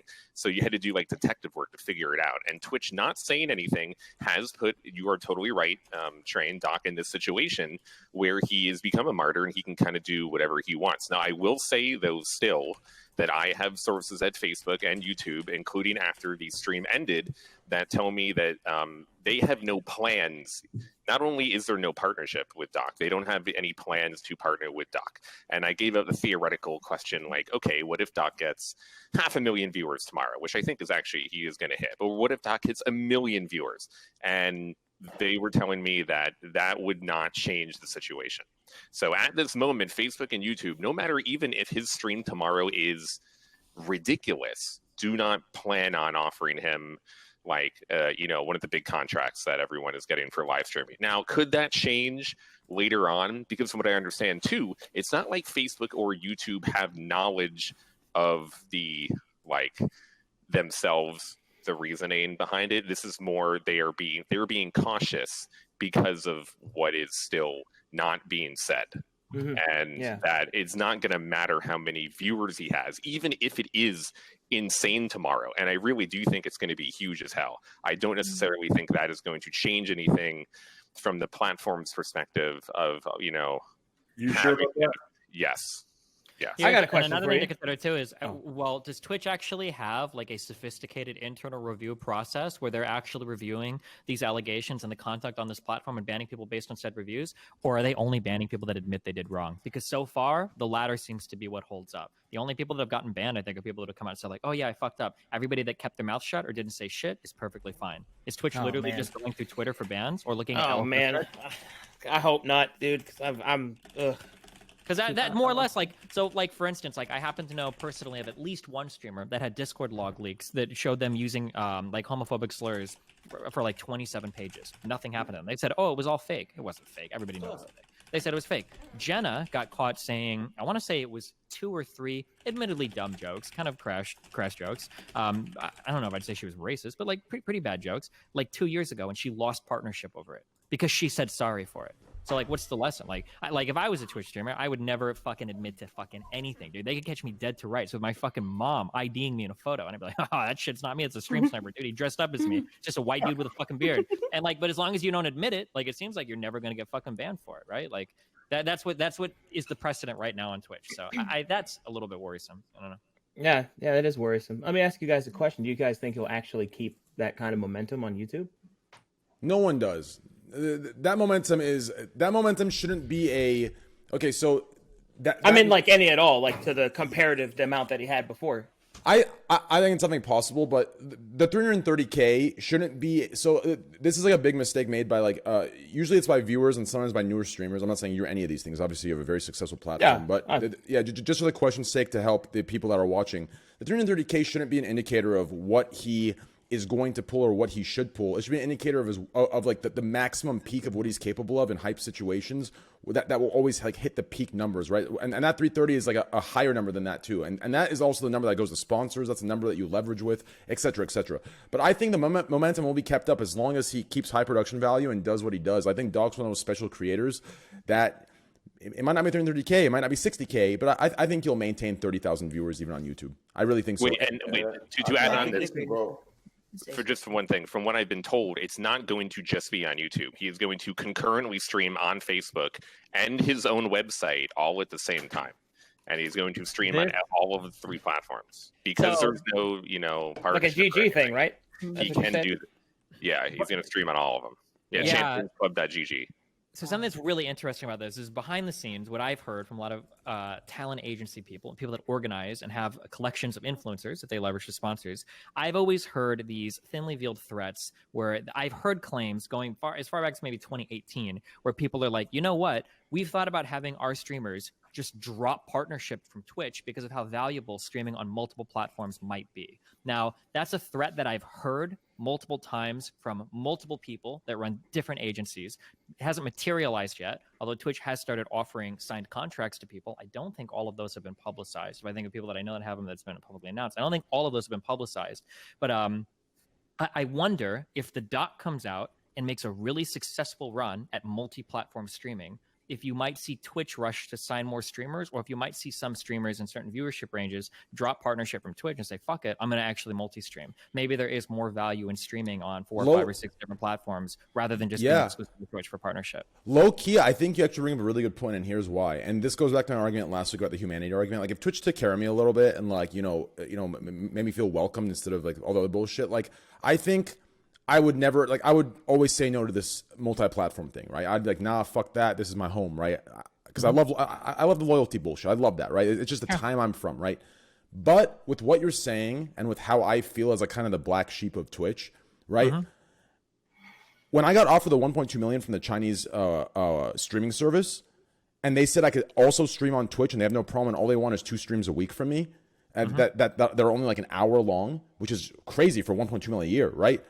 Like, all I had to do was lose partnership, right? Like, and I could stream on Twitch, maintain my community, maintain my podcast, do everything I was doing, add 2 extra streams a week for an hour each, and then what I make on subs doesn't even come close. It's half of that 1.2 mil, right, with 10K subs. So it's like, or less than half, right? It's like, so that's actually like, it's actually more efficient. It's beneficial. And if they're going to treat me like a black sheep, why the fuck am I going to show any loyalty to them? You know what I'm talking about? Like, as long as I can take care of my community by still streaming on the platform, I think that deal is sounding good to me now. So I think you're completely right. It might normalize it where multi-streaming platforming is a more common thing and people don't feel weird about doing it.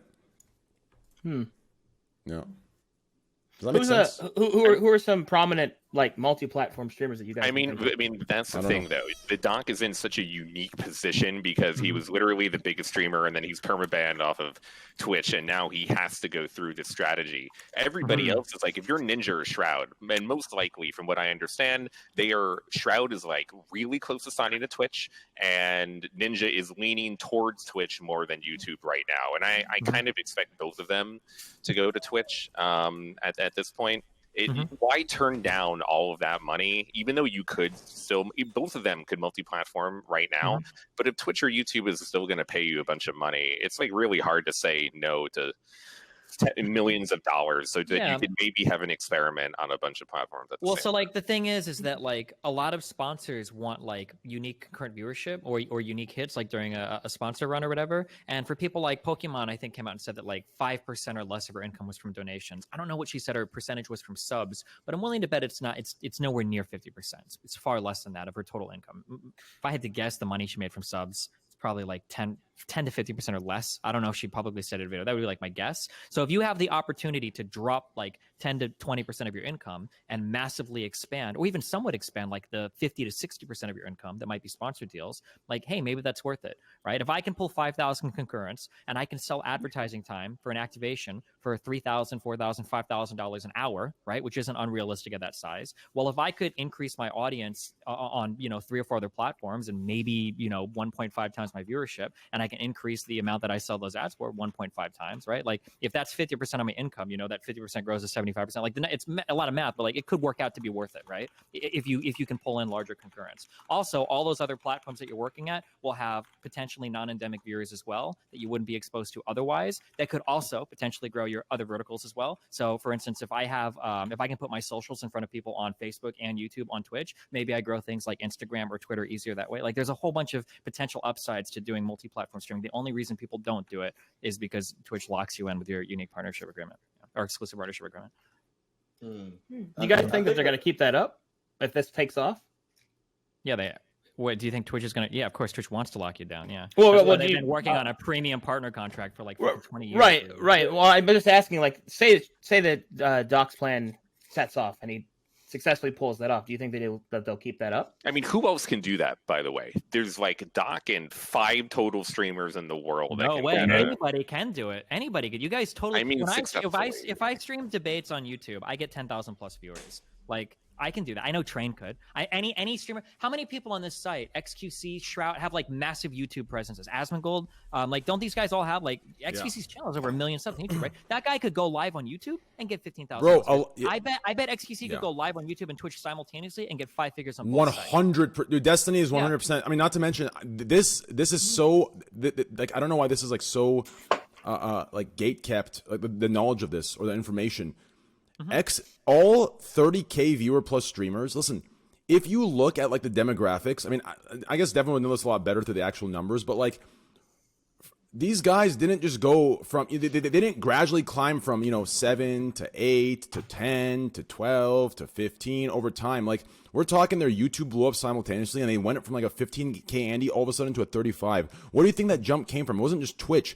YouTube, when your YouTube blows up, a lot of those are YouTube viewers. Same with Misgift. You see Misgift's jump up from 6K average to 15K average. His YouTube simultaneously in that time period blew up, and he went to 200K subscribers, and each video pulls 200K views. That 15K viewers, half of those are coming from YouTube. Go ahead. Not to mention, if anybody here runs a YouTube, dude, streaming on YouTube and getting more subs on YouTube, I'm sorry, but I don't give a fuck about followers on Twitch. I would trade my followers on Twitch 5-1 to YouTube. If I had 1 million followers on Twitch and I could trade that for 200,000 subs on YouTube, I wouldn't even have to think about it. I would do it instantaneously. Like, subs on YouTube are worth so much fucking more. When you live stream on YouTube, damn, dude, you get so many fucking subs because you're pushed to like the front pages on so many different sections of the fucking YouTube streaming shit because you're like all of a sudden blowing up as like a big presence on that site. And growing on that platform it's like fucking printing money. Like, if you look at followers on Twitch, if you could double my followers overnight, I don't know if that would do fuck all for me. If I can double my followers on fucking YouTube, I am literally printing fucking more than 100,000 a year. Like, just printing money. Like, it's so fucking valuable. Oh my god. Forgive my ignorance, but why is that? Because followers on YouTube actually like translate into income. If you have like a 30% like viewership rate on like every viewer, if you've got like a certain engagement rate per video and you just grow your subs, and assuming that engagement rate stays roughly the same as you grow your subs, you're just getting more and more and more and more ad revenue. And ad revenue actually means something on YouTube, whereas on Twitch it means dick all. Yeah. I make I think I'm considered I would be considered, without jerking myself up, a pretty large Twitch streamer, right? I can get 5,000. Yeah, absolutely. Yeah, it's the first one I followed, so yeah. Sure. If I had to guess, I'd say I make 6 to 7 times more ad revenue on YouTube than I do on Twitch. And my YouTube is like 250,000 subs, which is okay. But like, I make easily 5 times more ad revenue. And I run fucking 3 minutes of ads every fucking hour on Twitch. I run a lot of ads on this platform. And I easily make 5 times to 6, 7 times more ad revenue on YouTube than I do on Twitch. On top of that, so Twitch follower count, and this is actually something that I have actually went around and looked. I guess once again, Devin would have more accurate representation of this. But Devin, where you at? But before he talks, I just want to give this last point. So he's charging. If you go around to different streams, right? Go around all across Twitch to the top 1% or top 5% of Twitch, okay? Usually what you have live viewers to follower count, it's 1%. It's 1%. If you have 700,000 followers, you're going to be averaging around 7K viewers. If you have 500,000, you're averaging 5K or more. You know, sometimes you have the Twitch? anomaly. Yeah, on Twitch, right? That's usually that's the average I've seen. That's the average that usually stands for me. Okay. Sometimes you have anomalies like, you know, Miskif or Hassan or people that are going through hype periods or peak points that will double this or triple this, right? But usually it's a 1% you want to look at. That's the good average. On YouTube, it doesn't matter what you are or who you are. That shit's like 10% or 20% or higher to your subscriber, to your views per video. Like, it's fucking crazy. So these motherfuckers, it seems like, are more interactive when they follow. They're more loyal to the thing. But here you just get followers. They never come back. They're just following you because it's easy. It means nothing, right? But on YouTube, there's like a little bit more loyal. I don't know what it is exactly, but it seems to be like a little bit more... I don't know. Loyal, like they're like YouTube subscribers are more loyal too, for sure. I don't know. And I feel like another reason why many people have it multi-platform is because it hasn't been tried, right? Like, so one thing that's very true about streaming is like a lot of people follow a blueprint or like follow what most of the bigger do. So I feel like if Doc was to successfully stream on multiple platforms, it would be like we would see way more streamers doing it because like no one, it's like everything with streaming is like that. Like someone tries it, it does really well. Then you see like a big flood of like everyone running behind them. Like, yeah, we're going to do it too. So only I feel if like, it's simple. Streamers are lazy and stupid. So true. But I mean, like, you know, if you think about it, like, that's pretty simple. I mean, it's probably pretty simple to run a stream on multiple things. It And is. probably just pay attention to one. You know, like probably just pay attention to one chat or the other. Like it would be like but it would be arbitrary for somebody to make a program that just mixes all of your chats into one window. Yeah, there are people in this chat I know in Train's chat that could do this in like an hour. Like it would be like So I feel like if he successfully does it, we're gonna see way more streamers doing it. But I feel like until that's done, like that's why we haven't really seen it. It's because like all the bigger streamers are just signing contracts. And somebody's got to take the risk. Yeah, but that's what I'm saying. But shit, risk or a couple $1 million if I'm a big streamer. Well, For yeah. the most part, you know, it's like some people aren't, but he's kind of forced in the position he's in. So that's the difference. So I feel like if he's successful with it, it's just going to show people that it's possible. And I think that he is going to be successful with it simply because I feel like when he starts streaming on YouTube, he's going to be open to and on Facebook, he's going to be open to way more view, like way more, like a way bigger crowd that he could like that he's going to be exposed to. And I feel like his stream's going to definitely grow. It might be bigger than it is like on Twitch, to be honest. I feel like right now on Twitch, he's just established, but with time, if he's like streaming on YouTube and Facebook consistently and people are seeing, because he has crazy production value. So it's like, I'm pretty sure he's going to grow. Like, even if he does take a little sink or does go down, he's definitely going to grow and get bigger than he was on Twitch. Okay. Maybe. We'll see what happens. I mean, the data, it's regardless, it's always good to see what happens. We see now that, like, for instance, like something we can say more concretely is your audience doesn't necessarily follow you if you go to like smaller platforms, right? We saw this experiment with Mixer, failed time and time again, with larger streamers moving over. So yeah, it'll be interesting to see. The big multi-stream experiment like hasn't been done yet. I'm so curious to see how it'll turn out. Yeah, me too. That's crazy, bro. Devin, have you been charging up, bro? What's going on? What's up? No comment. Yo, hold on, Dev, you good, bro? Cause shit, you ain't got no comments. Yeah, we need a comment here because I feel like a lot. Yeah, we need some comments here. Okay, ignore last week. We need some comments here. Listen, drop the bomb. I don't have any bombs to drop. Nothing to add. Well, I don't know. For YouTube, it's like videos. What? Like, I understand if last week, like, you know, I came out as the victor and you were getting like fucked up and shit. Like, I understand that, but last week you were the goddamn victor. So what the hell's going on? What do you mean no comment this week? I need a goddamn real quick. Oh, sure. Wait, what was it, Amouranth? What were you saying about YouTube videos? Videos are shorter on YouTube, so like there you can watch each person you're sub to every week, but on like Twitch streams are longer and you can't really watch every person you follow weekly. Oh. So it's like I think it's harder to like keep your audience percentage. For sure. People also gain audiences for different things as well, and like the way that your follower feed works on like you don't get spammed with notifications on Twitch, or I don't think you do you? Like if somebody is like streaming, whereas on YouTube your like subscriber feed can get spammed, so people are more incentivized to like unfollow and shit like that. Whereas on Twitch you kind of want to be following a lot of people, even if you don't watch them because you can see who's live in the sidebar and stuff. Like the way that your followers engage with your shit is a lot different between the two platforms. But I think advertising in general is just really bad on Twitch. Like you just don't get paid fuck all for ads. Wait a second. If that's the case, I can totally be a bad. Trainwreckstv, tell Meyers Leonard that Aaron Rodgers chugs beer better than him. What a fucking joke. Who's Aaron Rodgers? I don't even know. Exactly. That's a good answer. Yo, good answer, bro. Good. No, seriously, who is that? Is that the football player from the Patriots that went to jail? Yes, you're exactly right, Train. That's who. Is that him? That's who that is. Yes, football player for the Patriots went to jail. That you're correct.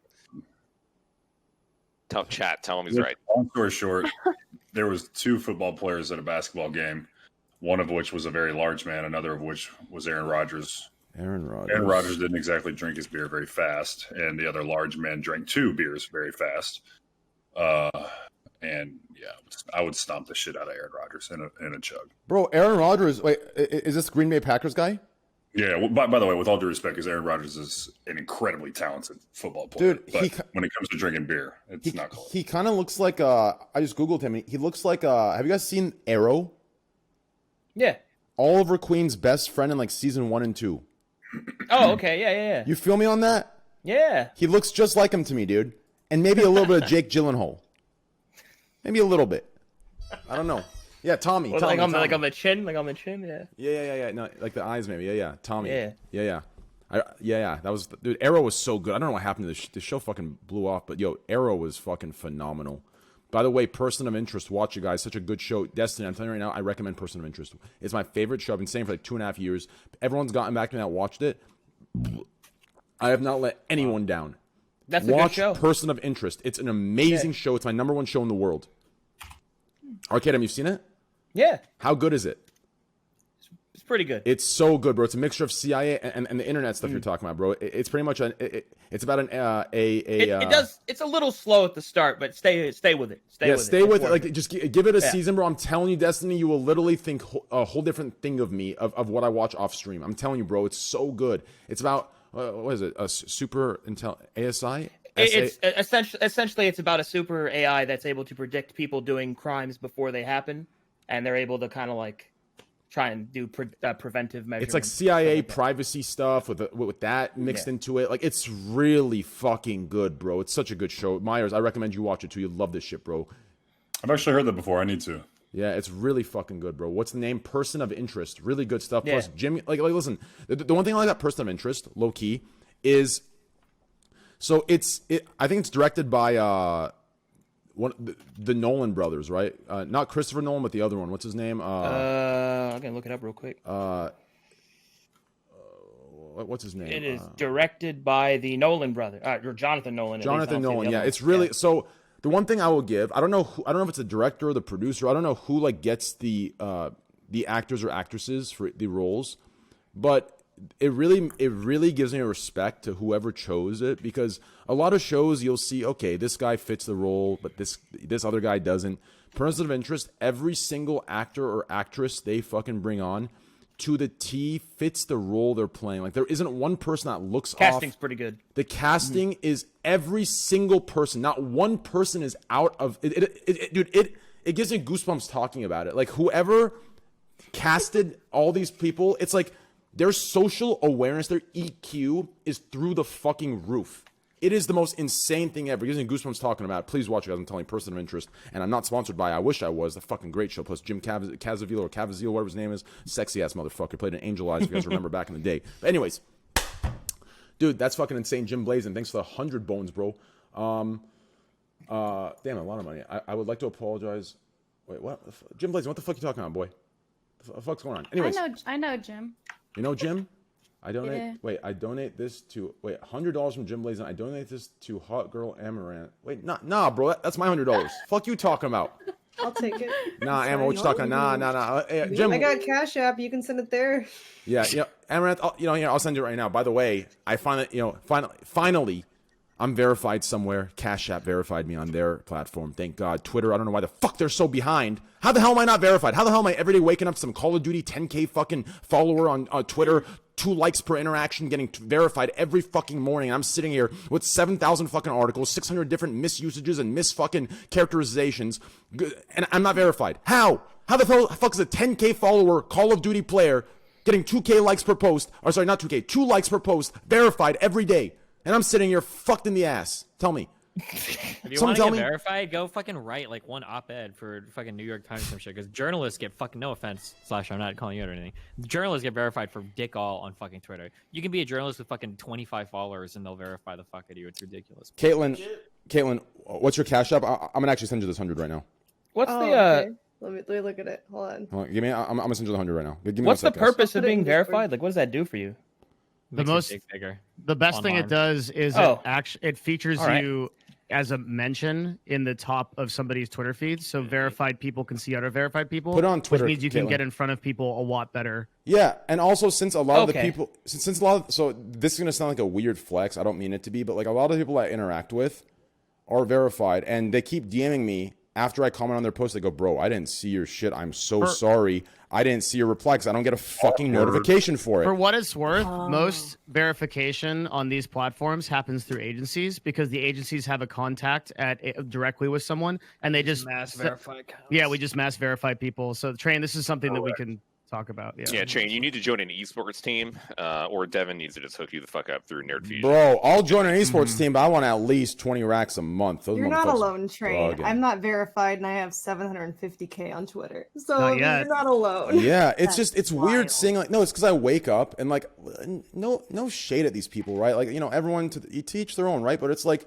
when you got 10K followers on Twitter, your account's made 2 months ago, and you're getting 2 likes per thing, and you're only posting like clips that are getting no traction. You're getting verified through some fucking org, right? And I'm sitting here fucking dickhead Kotaku and some other fucking no names writing an article about me on an account that isn't even me, that put Trainwreckstv, and they're citing that. It's like, bruh. Like, what more do you want? I actually have people citing fake accounts of mine. Like, what the fuck do you want from me at So this point? I've actually literally never seen anyone's face more than fucking yours on Twitter. Like, I'm on Twitter all the time, of course, and I see your fucking face literally all fucking day, and it's never you. It's never fucking you who I see your face with. It's always like I have hundreds of accounts who follow me with your fucking face. Twitter verification has nothing to do with actually like what they say it's for. It's literally just like a Twitter thinks this person is cool. That's essentially like the whole point. It's really You're stupid. approved. Yeah. Oh, like, okay. You're Fucking socially slasher, There- dude. there's no like maliciousness involved either. It's just all of Twitter verification is manual, so you just need to get in front of the right person. Correct. Oh, okay. Well, I have a question. Mhm. I'm kind of new to it, but I've noticed about every morning I'd say Amouranth, when send I me on Twitter. stream, I did. like 3 to On 4 Twitter. people will be like, "Hey, your stream is promoted." What does that In mean? the DMs of Have you Twitter. guys noticed that at all? Like, do you guys know what that is or why? Like, it Wait, shows on up. Twitter, is it? your stream is promoted. No, I'm sorry. On like, Twitch. it's on Twitch. Yeah. it's a relatively. Are you doing any kind of sponsorships or work with Twitch? Like through not an AM? not recently. No. So Nothing at all. you've gotten a promoted tag without doing any kind of activation. Almost like 4 times a week, 4 or 5, like pretty much Okay, almost so- every stream. Yeah. The way that the promoted tag usually works is if there's a brand that does a deal with Twitch and influencers are involved in that brand deal, then those broadcasts become promoted for the duration of that deal. So I'm not actually sure why you would get the promoted tag without that kind of activation. I would think like Raid Shadow Legends type thing, maybe. But I haven't Yeah, done if there's a- anything if like there's that a- in a month. If there's It's a, been a while. though, I mean, they might have kept you on the list. Or it's Twitch, so it's a manual. Putting someone on the promotion list is a manual thing right now. My guess is they just never removed you. I was on the front page. I think I'm still on the front page for the 10 p.m. time slot for like the last 8 years, and they just never removed me. So, so that's probably what it is. Yeah. Interesting. Okay, I was very curious about that because I didn't have an answer. I was like, I don't know, guys. I'm sorry. I don't know That's- what to tell you. That's actually crazy. I just literally, as you guys were talking and sharing those amazing stories with each other, I just so simply through Cash App sent Amouranth $100. Did you get that, Amouranth? Yeah, thank you. Can you see my verification tick when I send that to you? Let me see. I'm not sure. I see there's an alert. So I'm trying to like see where it is. I just feel assume so it is cool 'cause having a I got verification. a red dot randomly. Nice. Amouranth, did you send him the pictures? Okay. Listen, bro, she sent me those last month, and that was $350. Okay. Anyways. Highest donor on OnlyFans. Yep. I am the highest donor of our OnlyFans, so hey. Thank you. Diamond Thank you, tier. though. I am actually, for me, it's a little higher than that. Okay. Remember that $200,000 of gifted subs? Now I know where it went, boys. That's right, boys. I could have used that and got Gordon Ramsay for 2 cooking shows, but I decided to give it to Amouranth. Amouranth, good content. Keep pumping, woman. Wow, 100K. Thank you. Hey, no problem, Ammo. Just let me know when you're next time you're here. Cash App. Yeah. That's good stuff. Huge shout out to Cash App, guys. You see how easy that was? Crazy stuff, guys. Anyways, check out Cash App, guys. Amazing, awesome. Hashtag Scuffed Pod. Put your best moments of the Scuffed Pod in the Scuffed Pod. Hashtag Scuffed Pod on Twitter. Scuffed Pod, Cash App. Love you guys. Okay, anyways, let's get started here. Welcome to the podcast, top left corner. Staying at 6'4", Abdu2 Beastie! What's good, baby? What's up, man? How you doing? How you doing? How's I'm in life? a time loop. I'm How's stuck life? in a time loop. Chilling, bro. You know, macking, relaxing. My man. Yo, Leonard. Yeah. How the fuck did you get Blizzard or Activision to send you those jerseys in Verdansk? I'm pissed, bro. Yeah, I'm gonna keep it a buck with you, bro. Listen, I'm gonna keep it a stack and a half. Season 5. Yeah, Hold on, who said that? listen. I'm gonna tell you exactly what I'm talking about by loyalty from the last week's shit I'm talking about. You ready for this? Yeah, talk to me. Now I understand, right? Now, my man Mizkif hasn't touched. I don't think the motherfucker got Call of Duty downloaded. They sent him a Verdansk jersey. I'm sitting here pumping 29-hour streams in every tournament known to man, and I didn't get shit. This is exactly what Twitch does too. I'm sitting here busting my ass as a 5-year partner, and they're sending fucking new 2-month partners full Twitch packages, $800 suave fucking sweaters. This is what I'm talking about loyalty. This is the shit that makes me want to fucking sign to 6 different sites and say fuck Twitch. You understand? And Did fuck you Activision. ask your AM for a package? I shouldn't have to ask. You understand? Oh. Wait, do you have to ask? You actually think Mizkif went to his AM and said, "Hey, that Call of Duty activation, can I get it?" Fuck, he doesn't give a fuck. They fucking sent that shit to him for fuck. He's represented by Adder, dude. They probably did it. Yeah, well, fuck Adder. Fuck all of them. I'm pissed. No, Damn, Adder's a good. the whole agency. Adder's a good agency. I'm just kidding. Yo, Adder, you let me know. Yeah, Adder, you let me know. You know what I'm saying? Hey, listen. I'm out of pocket. It was most right likely their agency. It was most likely his agency that gave him that activation, not Twitch. For what it's worth. It's just like how the hell, like this is what I'm talking about, bro. And until recently, like I hit my AM up about Twitch Rivals, right? Because the shit was same thing was going on Twitch Rivals, right? We see these dudes getting invited, dudes and girls and guys and getting invited. That I'm looking up on like these Twitch stat sites have an hour in like 6 months and 6 months of time. An hour into the game, and they're getting invited to 100K Twitch Rivals. I'm sitting here in the goddamn section, no fucking invite, nothing. I'm messing. I'm like, what the fuck is this trash? And finally, I got an invite, but it's like, what the fuck? The fact that I have to go through all of this. This is why I feel like the black sheep, Devin. So to my argument last week, this is like what's going behind all this. Everyone's just getting, taken care of, spa treatments, and my biggest haters can say I'm being a baby bitch about it, but I'm not. That's bullshit. Like, that's some trash. You know what I'm saying? Like, that's some absolute trash. That's some black sheep shit. I don't like that. Smack the fuck out of him. Anyways. Sorry. My boy. You think I'm scared to say that? I ain't scared to say that, bro. Hey, do your research. I'm about that. Fuck. Piss On me a off. stack. On a I stack can and feel a your half. passion. Yeah, you should feel my I feel Thank you, brother. bro. No, but this is why I was even Sheesh. saying last year, Piss me last week, that you shouldn't be loyal to any like. Why are you loyal to a company? Because, bro, there should be like, listen, bro. Like, I'm so sick of this transactional viewpoint. I mean, even though it's like somewhat true from what I've seen, like like the Destiny's not entirely wrong about how everything's like this transactional thing, but there should be there should be some things that have a little bit of loyalty in the grounds where you take a couple bullets for your boys. Like, that's where I come from, bro. You know what I'm saying? Take some bullets. This is a machine that's built to make money. So you try to tell but that shit makes money more. It makes more money in the long term. That's what people don't understand. What you're talking about is the pump and dump. The pump and dump, it makes more money. But anyone who has wisdom looks long term. So there's a difference between willful malice, right, and just flat incompetence.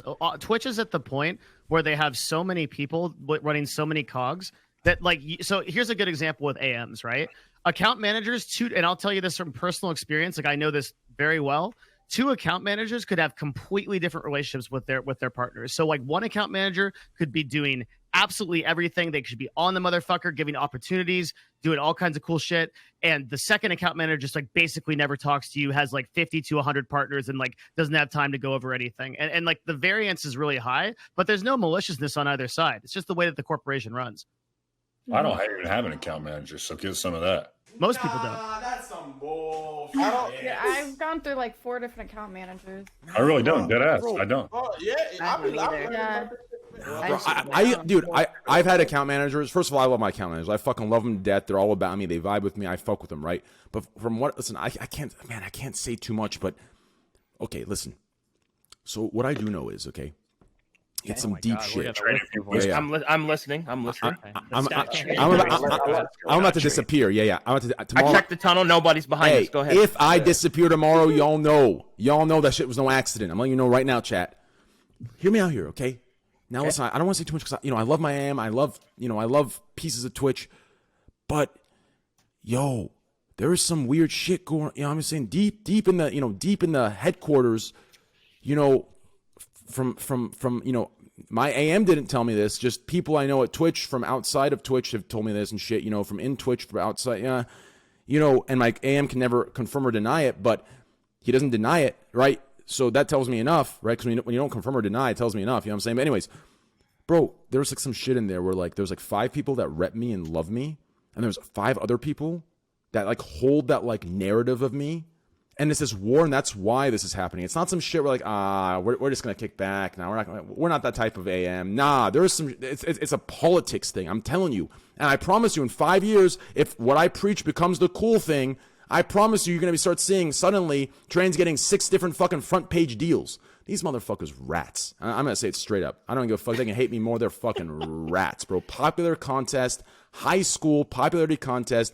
Older, supposed to be more mature, but still ran by the same social structure of high school mentality, popularity contests, and that's why I'm left out and fucking stiff-armed out of most of this bullshit. And that's a fact. Thank you.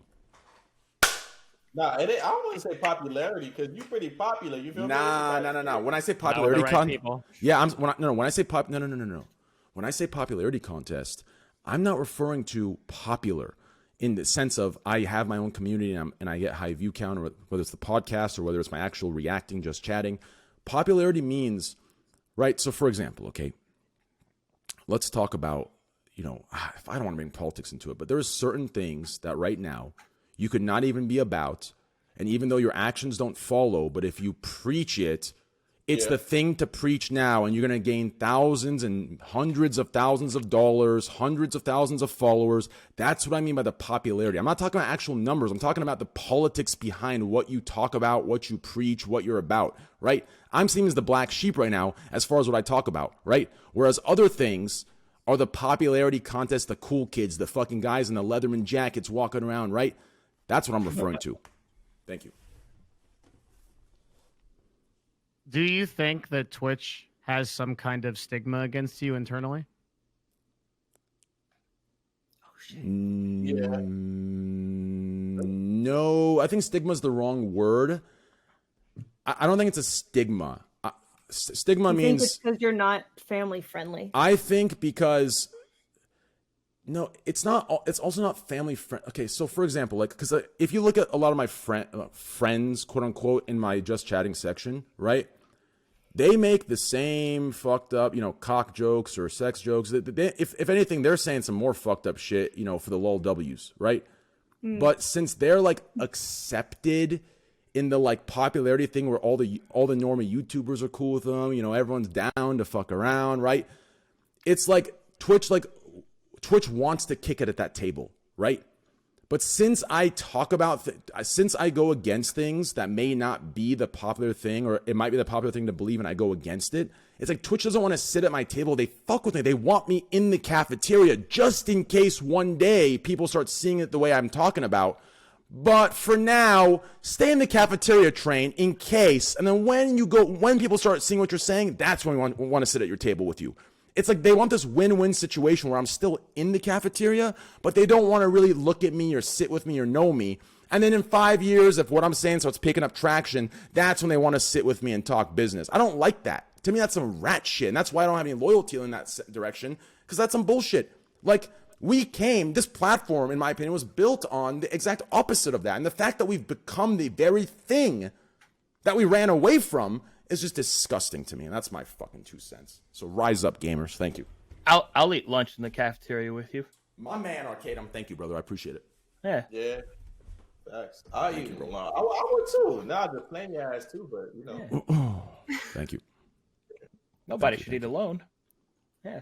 Thank you. Thank you. Anytime, bud. Thank you so much. That's my 2 cents, though, Devin. That's my perspective. I'm not saying any of that's fact. Most of it's just my perspective, how I see it. I could be completely wrong. You know, all Twitch could be loving me, trying to figure out how to integrate me, and they just can't figure it out. And I could be. I would totally say wrong. that all Twitch doesn't know you. That's the problem. But that's not what I hear. Yeah, but Train, there's 1,700 employees at Twitch.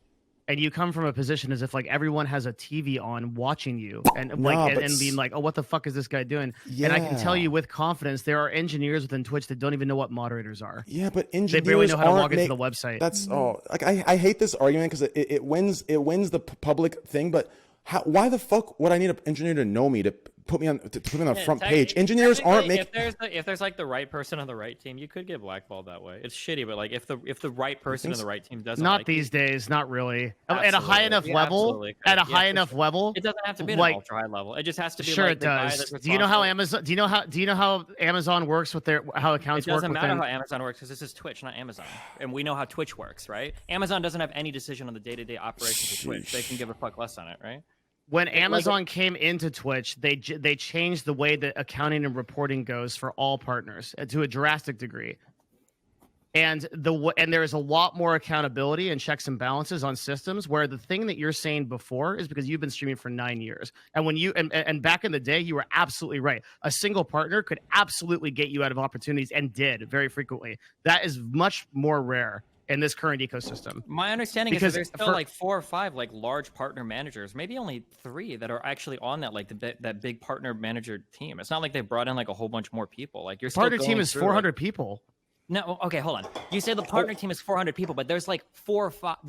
I think there are 4 or 5 like premium partner managers. It's not like every single. There are senior partner managers. Yes, and those are the important ones that get you the big deals. Every single partner is not spread out. No, equally across the sales team gets you deals.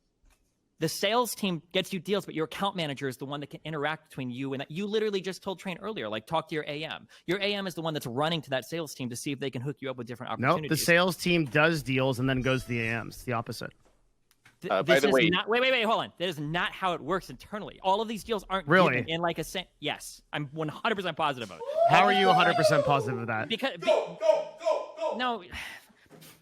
Because one of us sells deals with Twitch and one of us doesn't. Which one of us is it? I happen to know. Well, no, you're wrong. I know that. Oh, you're okay. wrong. And I know that people can blackball you because of stuff that released. Steven knows something and he can't. Yeah, I know. My hand's flashing. I can't say it. He can't say it. I know exactly how he feels. I can't say it, but I know for a fact that there are people on the partnership team. Where did that team. come from? Where did they think that came from? No, fuck you. Okay, hold on. You're not allowed to say it. No. Fuck you. It's like, where? So my limit is one of these fights. I already had this last week. Can I just say have some humanity and suck my cock and just be done with it? Sure. I don't want to take this fight again. It is That's so possible. dumb. I'm saying that everybody's always on this show telling me how fucking Twitch works when I literally work with them every day. I'm so tired of it. Like I just like whatever your fucking anecdotal thing is, okay. Like dude, the account system is very well understood within Twitch. The way that reporting works, the way that partner managers interact with AMs is very well understood. This is not a very difficult thing. Any AM can tell you this. Do you think that there are some AMs that are a bit more proactive than others when it comes to securing deals for their people? Sales team secures deals, and then AMs usually interact with the sales team to bring those to partners. There are some AMs and more salespeople that are more interactive, but to a large extent, that's dependent on broadcasters to set those deals up. Oftentimes, why a lot of broadcasters look more successful than others is they've just been talking more with Twitch directly in order to get those kind of deals flowing through. So when a sales which is Trainwreck's case for the most part. When sales approaches partnerships with a new deal, do they say, hey, we have this deal for these specific partners, or do they bring a large budget and give it to the account manager team, ask them how they feel they should best like split it up. Right. It is usually the first one, because here's exactly what'll happen. Okay. So a brand like, let's take like a tea brand. This is one that we worked with recently. Will come and say, we want to have 1 to 5 broadcasters in this concurrent viewer range in this demographic. And then they'll say, here's our budget relatively, like maybe you can find those people. And usually they'll rely on agencies to do that. Agencies will come through and they'll get influencers, and then they'll feed them back in. And so the cycle goes. The sales team is aware of influencers that they have on their docket to be able to utilize people on a frequent basis. That's why you see a lot of the same broadcasters get Twitch deals over and over again. But to get on that list is not some kind of exclusive thing. It's just requesting it. It's oftentimes the sales team that does that. AMs have very little to do with it besides communicating it directly to the partner. The deal's already done. But you, as a Twitch streamer, do not have the ability to make that request. You can only submit. No, you do not. You can only submit that request to your account manager and hope that they're the one that follows through with it. How much your account manager wants to go to bat for you and how much investment they have in you and their relationship with people on the sales team is going to determine ultimately who ends up on that list. It's not some merit-based, like who fits, blah, blah, blah, blah, blah. Like oftentimes it can be like you have an AM and he really fucking wants you on the list and he's really close friends with that guy that works in sales and he can pull some strings to get you on that list. This is how so much of the behind the scenes stuff on Twitch still works, at least as far as I was aware, like 1 or 2 months ago, unless it's changed dramatically, like very recently. Like those relationships internally in Twitch are really, really, really fucking important. If you have an ultra well-connected AM, like so many doors open for you. If your AM doesn't know fucking Dick Aller, he's like a new guy and he doesn't have any of those connections, he submits it through the fucking email, whereas the other guy is bringing it up to his friend in sales that they meet like after fucking work for drinks. So there are certainly different qualities of AMs. However, you have the ability as a partner to request a new AM at any time if you don't feel like yours is doing a good job for you. Yeah, but AMs also have the ability to choose who they want as partners. You can't, not everybody can go up and be like, hey, I want, like, of those 3 or 4 every single partner can message. It's not 3 or 4 people, Destiny. Like every single partner can message partner help at account managers all have, including senior partnership managers nowadays, have the same abilities as AMs in the backend systems. And so any person, any partner can message partner help at twitch.tv, request a AM, and be assigned one. They just don't. But what I'm saying is you don't want one of the 400 partner managers. You want one of the 3 or 4 guys that's been working there for like 5 years. That one of the guys that has the relationship. 3 or 4 guys. Okay. It's a team of 400 people, some of varying levels of competence. Okay. I mean, if I may, just real quick, are we arguing what should be or what is? No, what is. How it does work is the connections that your people, like, I want to talk to the guy that knows the guy that created the bounty program, right? That's where my insight comes from. I don't know Dick all through my partner manager, but I know a guy who's friends with the guy who started the bounty program, and I can get a lot of information about it that way. But I don't know, like, because I'll submit requests through him, and I'll submit requests through my account manager, and I get very different answers from the two, because one is way more connected than the other. You can request a different account manager if you want, but like of the guys that are there that have those deep connections, they don't take on 50 million partners. I don't want one of 400 fucking AM, some guy that was hired, 2 months ago that just fucking came gung-ho off of some community conference bullshit that's ready to manage Twitch partners that I'm going to be like one of like 4,000 Twitch partners for. Like, I want one of the guys that's ultra fucking well connected that's going to go to bat for you. Like, those guys, even if they have the same capabilities and could submit the same tickets or whatever, like, it's a huge difference between a guy that's really well connected and knows a lot of those people personally versus a guy that just works there and has the title. There are people that have been within Twitch that are a year old and have those same abilities. Much of what you're saying is because you are an older broadcaster, and I see lots of the things that you're saying, and a lot of the thoughts you're saying are from like 5 or 6 years ago. They're not from 1 or 2 months ago. But I feel like this falls into the on paper versus how it works in the social, like in this social world, right? And here's what I mean by that. Okay, if I join a company, and I'm I'm a new year. Okay, it's my first year there. And everyone else around me that, is hooking their people up, and they've been there for 5 or 6 years, right? Do we have the same capabilities? Yes. But am I going to feel, just based on me being me, am I going to feel a little like, okay, I don't want to be too bold and start being shameless and start throwing out, yeah, this guy deserves this guy deserves, right? I'm going to be a little bit more cautious, a little bit more held back. It comes with the territory. When you're new somewhere, you're not, this idea where I have the same power, sure, but I'm not going to use the powers to the extent they will because they're comfortable within the company. The new guy isn't as comfortable yet, and he doesn't want to overstep and lose his job going to bat for people. That's the way I see it, at least. I understand your argument. Your argument is that essentially what I'm saying is the doctrine on paper. It's what basically it should be, right? That like in theory, like everybody has these equal abilities to do partnerships and things like that. And I understand that argument, and I accept that argument. What I'm saying is that on the team of 400 AMs, right, there are people with varying levels of confidence. There isn't some like 3-person holy trinity that controls everything anymore. Although that was, as Destiny points out, that was much the case at one point. I don't know how much I can say about this because I'm under a lot of NDAs. But there is a system within Twitch of accountability that has been implemented fairly recently. That is a checks and balances system for multiple AMs to verify and evaluate different deals that go through in an effort to try to make things more balanced. Now, look, you can't ever do that completely because there's 40,000 partners, right? Or at least 7,000 that are active. So so Twitch is never going to be able to give like this amazing preferential treatment to everybody across the board. It's just not something that they can do as a platform. But the system is becoming much more balanced in practice and happening every day. And vastly more people are getting deals as a result of like the sales team and the AMs working harder and better together than they were before. Okay. I said two things. One, anybody heard of Hassan Barkari news at all? No, we haven't heard jack shit from Twitch on the senior partner manager that runs everything that got allegedly had sexual harassment. Wait, hold on. To be fair, Slasher, anything. That's not necessarily counter to Devin's argument. It could be that all 400 Twitch staff are authorized to receive news in exchange for partnership offers. Okay, you don't know that. Okay, you don't know the policy on paper. All right. Oh my God. You know, very, very true. And I was going to say, secondly, my sources tell me that every night Emmett Shear at home sits down with his cat and a glass of Jack and with a little purple bow tie, and he puts on Train Stream on 8 different monitors and computers and watches every single move that he makes. 100%.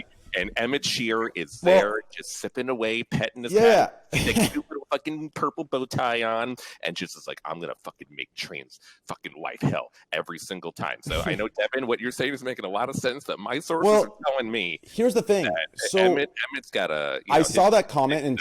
I saw that comment in chat, and I was going to ignore it, but now that you brought it up as a joke, I'll talk about it. So someone in the chat said, "Oh, 3 staff knows you, bro." I like not to like do some weird flex shit, and I know this is already a lot, but like I've sat down in meetings or like communicating with my AM to the entire partnership team and the entire what's the other one, moderation team. You understand, the people that like make these decisions. I've sat with all of them. This whole idea where I know 3 people watch me actively in chat. Nah, bruh. These motherfuckers are on alt accounts. Y'all don't know this, but most of the time when staff's in a chat that actually has like a, deep, like some sort of power in the company as far as partnerships go or moderation goes, these guys not coming in on their main accounts.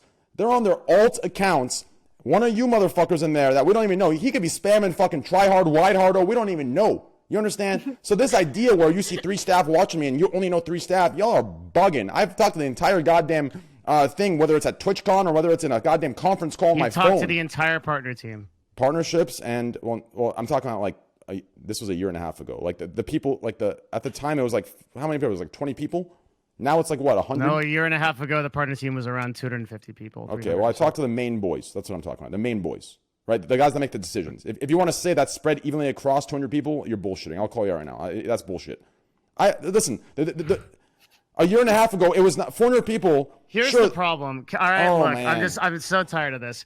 Every streamer is always going to feel like the victim. You're always going to feel like they should get more because that's the only perspective that you have. I don't want more. I want to be treated equally. I literally do this bullshit. every single Nah, that's bullshit. I hate this argument. It's such a high road. I will always lose this. It's the only perspective you have that it's like it's like that you're always going to want more because like it's the big evil corporation holding What do I get, Devin? What more? What do I get? Tell me what I get. What do I get? What do I get that every other friend of mine has? Tell me, please. I might as well be the guy. What the fuck? How about do you want to tell the chat how much money you make every month? We can start there. Sure. Okay. You get that. I get that just like every other partner does. Every partner has that. What the fuck? Does he have preferential sub rates? Yeah, but every partner over like 500 subs now is like the 70. That's 500 subs. Really? The requirement is 500 subs. Wait, No. I thought that if you have over 500 subs now, I thought you pretty much fast tracked to that as long as you've been streaming. Because Melina is trying to apply for this. These and are I such think the high guy road said- So now we're arguments. talking Oh. about things that happen in practice versus happen in theory. We're back there, right? So that happens in theory, doesn't necessarily happen in practice. You have Wait, to but that ask just for supports it. our argument that like if somebody has If like a Twitch good really hated you, relationship- why wouldn't they just ban you from the? I mean, why would they just ban you from the That platform? is such First a of all, and bullshit. then So if I have an issue then- with why they run things, then I have to leave. Like what No, the fuck? So, no one said that. so I'm gonna tell all the liberals that if they have an issue with how America works, leave. Because if America truly hated you, No they'd one kill said you that. or they'd get ban the you from the fuck out. country. Like Get what? the fuck out. Leave. no one said that. Did you not just say if Twitch really hated you, they'd ban you? Did you not just say that? I did just say that. Okay, so I'm confused. Do I respond to the liberals saying if America really was against you, they would just kill you? That's a false They equivalence. would, There's okay, a they would difference just between, like, exile a you. country and a corporation. To me. I'm just confused. No, like I understand the extreme example I gave, but it's like you're saying that if Twitch really hated me, they would just ban me. No, I just told you they want me there, but they don't want to fully rep me as they rep everybody else. And You it's don't know all that. politics of it. How do I not know that? I'm looking at all my friends. I'm looking at everyone around me that literally has just as vulgar and fucked up as content. I mean, what do I say? I say cock every other sentence, and that's somehow this fucking... Dude, this victim complex thing, it How is doesn't this exist within victim? Twitch. You're How- constantly on this. I didn't want to do this again. You're constantly on this Devin. fucking track of you being this fucking victim that everyone on Twitch fucking Here hates you. We we just go. talked about this. Everyone- Don't you- just say here we go, dude. you Just just- fucking acknowledge it, dude. Acknowledge- like, you're Devin, always you fucking just like this called bad me- guy. You You're just called me literally last always week and defending- admitted to all of that. Now you're saying I'm playing No, into I admitted that you were right. It comes to the loyalty of the streamers. I completely agree with you on that. But the corporation shit, that's a different deal, dude. You're not this hated figure within Twitch. You're not this fucking black sheep. Do not tell me I'm not this hated figure when everything I do, even yesterday, it turned into a fucking hate thread because I'm sitting here doing a community That's thing. not Twitch staff, bro. Then clarify that. I am not going to sit here and let you give me some bullshit of how I'm a victim when I literally objectively get You the most always fucking add hate. the victim to the corporation. Fine, Not then all say to the stuff that- corporation because I'm not all going to let you the sit here stuff and that pander you- to some all LSF the piece of stuff- shits. I'm not going to let that happen. I don't No give one's a fuck. talking about LSF. Then All the stuff clarify it. that- Clarify it all out the stuff- I loud. am Then clarifying. clarify it out loud. I'm All not of going the to sit stuff here and listen to that that you shit. I am not. get I am about not. hate on the platform is legitimate. It's very legitimate. Wait, It's what super is? legitimate. What is? All the hate you get from viewers, from LSF, all that is legitimate, and I completely agree with you. And you don't deserve it. You are one of the most generous people on this platform, and you do a fucking shitload for it, and you do not get what you deserve for that. I 100% agree. I will never say anything different. I will be on this podcast and proudly say that you do more for people on Twitch than almost anyone I know. Number one, okay? But when it comes to the corporation itself and how Twitch views you, this victim complex that you think you have, where the staff hates you and the partnership team like has the few bad people who hold you back, But I've it does been not told exist. This, though. I've been it doesn't told exist. How can you tell me it doesn't exist? I'm not Because I do this every day. Trading is frustrating me. I talk to all these guys every So single do day. It's my I. job. So do no, I. you talk to single people within Twitch. You Right. don't have the reach I do. So how are you telling me that what I'm being told that there's people in You're the not partnership? being told this. There's no I AM telling am you, dude. There's no AM telling you, it's hey, crazy. dude, there's people on Twitch trying to keep you down. It's crazy. It doesn't how- exist. Okay, it's crazy how you Show are me. behind NDA and you can't say things. Then now I'm put in a situation where if I can't Show me say offline. exactly, We can talk about it. Okay, then we can. I'll put you in a Because group. Train, I have specifically looked into this issue for you. I have specifically looked You into trying to think- find you this think- trust and safety secret person who's holding you back. It's not What you don't secret. understand is the difference between you and your friends on Twitch is they have agencies who are repping them with deals, and that's how they're getting deals. You don't have an agency, you're not getting sold. Bro, listen. What You will you're get those deals if you work what- with one of those agencies. but If you what- want to be like Mizkip, work with Adder. That's how he's getting those deals. But what you're saying to me is, see, here's the problem with on paper and lack of the social experience. If you had if there's a little social experience in life for social interactions, you'd know. You as a CMO or chief, what are you? Is it CM? No, it's not CMO. It's whatever. You as Andy, motherfucking CEO Andy, yes. you as the Yeah. CEO of a company going to Twitch and saying, "Hey, officially on the record, is there anyone fucking with Train?" Why the fuck would they say yes? Please, I have streamed for how long have you been streaming?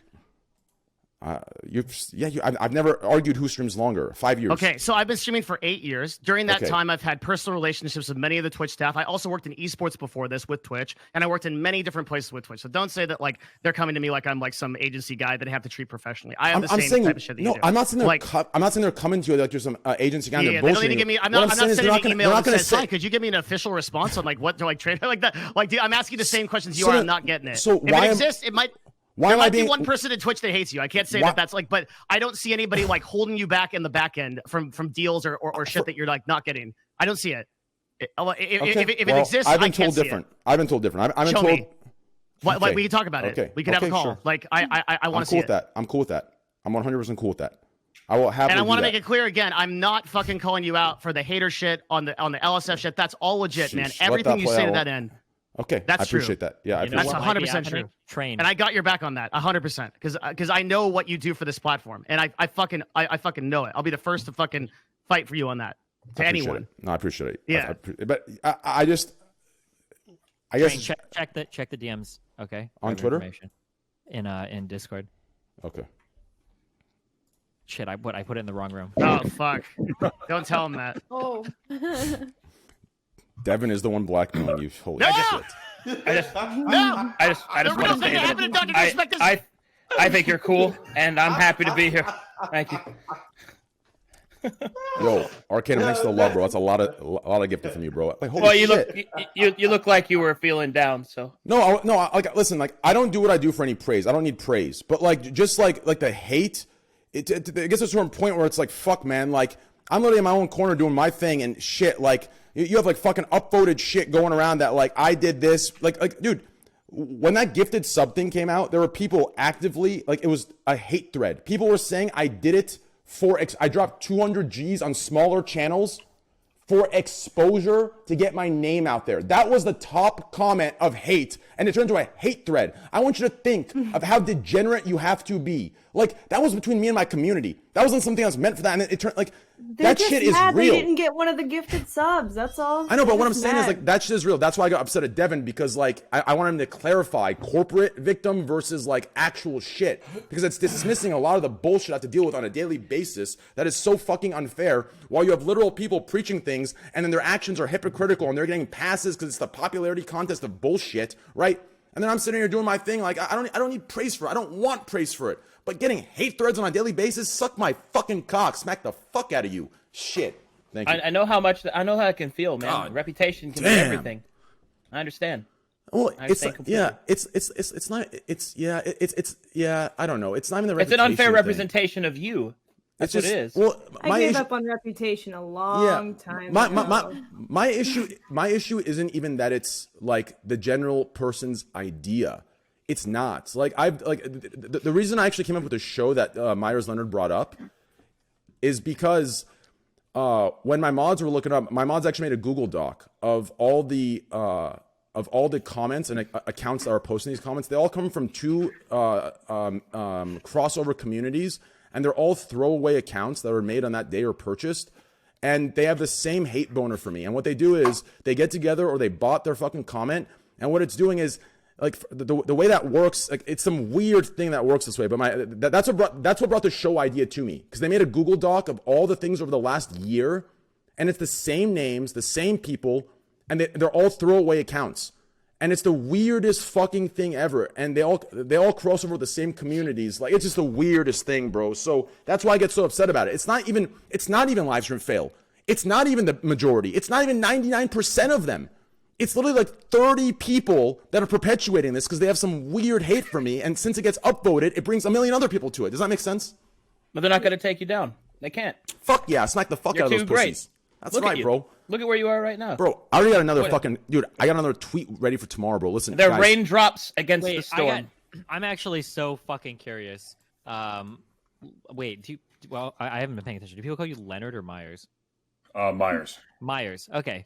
Is there like, does this, without being too I love you, specific, Arcade. is this kind of like crazy, stupid drama shit between like managers and stuff related to like draft or teams? Or does this go on in the behind the scenes in the NBA, or is everybody just like show up, play, or whatever? Is there like a bunch of like drama behind the scenes, dumb shit back there, or what? No question. It's at the end of the day, it's the NBA is a business, and Yeah. it's all about money. And there's few players that there are a few players that control their own destiny, but on the whole, not really, because there's always a new draft every year. There's always new players coming. Players get old. This, that, and the other happens. Teams move on. It's interesting. There's definitely a lot of politics and drama for sure. Gotcha. Okay. Do you hear similar types of conversations where people feel like they're getting fucked by somebody, or nobody, like just a bunch of dumb shit like that? Or I say dumb shit. I don't mean to be dismissive. No. Yeah, 100%. 100%. Oh yeah. Okay. There isn't why this happened or that happened, or why this team decided to let whomever go, and then somebody else picked him up and ended up being a perfect situation for them. It's like I mean, isn't Kaepernick a great example? I mean, a lot of people thought that he could still play in the NFL at a very high level, but he got fucked because he took a knee, and then everything else that happened after had nothing to do with his actual ability to play on the field and be a good quarterback. Correct. There's actually one thing I want to talk to you about, Meyers, and I actually respected it a lot, and I'll bring that up in a little bit. But before we get there, I had this really good topic. It was a really good topic, bro. Fuck, but I guess I'll bring this one up. So I don't know if you want to talk about this, actually. If you don't want to talk about it, we don't have to talk about it. I already know what you're going to say, so yeah, go ahead. I'm comfortable in saying it. I've already talked to the okay, cool. So I actually commented underneath it, and I'm so happy. I am so happy that that there were players in the NBA that were black that decided to step up and defend you in it. Like I think that's so. Oh yeah, you're the one. I think it's so important. Like that loyalty right there, bro. Especially in a time like this, where the cool thing is not to do that and it's to cancel you and take you down. Like I respect. Like you need to to take those dudes out to dinner and like that's loyal. That's bravery right there, bro. That's some loyalty and bravery because that's going against what's going on in the world right now. Right now, because I've actually seen. I've seen instances, and like I said, this is anecdotal completely to what I've seen, but I've seen instances where if a black man defends someone and thinks that this individual that's getting canceled is not a bad person, members of like the cancel culture communities that happen to be like that think they're representatives of black people will literally say that these individuals are not true to their black heritage. It's weird. They like disown it. It's a weird thing. So people try to stay away from that.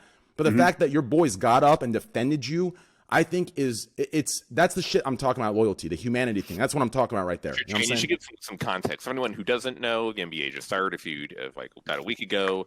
An opening night, all of Meyers' teammates all took a knee during the game, but he was the only one to stand. And then he also made some statements on Twitter supporting his teammates and their right to take a knee. And he was in full support of the Black Lives Matter movement. I personally thought you did an incredible job with all of the wording and all the messaging that you brought out there. And that you really did what you felt that you wanted to do personally. And you also supported your teammates. You supported the movement as a whole. And I think you do really understand, and you're able to be a very good example of still doing what you want to do and you believe in, and it might be different than what everybody else is doing, but also be able to be supportive of the movement as a whole, and your teammates more importantly. And for them, I think that's why that they had your back. But I would like to hear how your thoughts on it.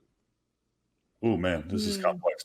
Well, okay, hardest 4 days of my life, probably. Definitely very difficult conversations. Some of which were with former teammates. I sat with 7 different guys, all black at the same time, and talked with them because I trusted them and I wanted to know what they thought. Would they feel disrespected? I want to come to you, give me the truth, tell me what you think people are going to think of me, tell me what you're going to think of me, tell the league's going to think of me, everything.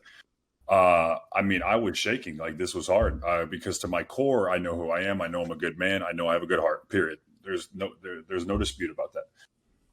And the main point I got from it was, they said, Meyers, anybody who knows you is not going to have an issue with it because they know your heart, they know your intentions, and they know that what you're expressing to us is that you should be able to be both. And I'll touch on that in a second. But the fact that perception is reality, right? Same thing happened with Kaepernick.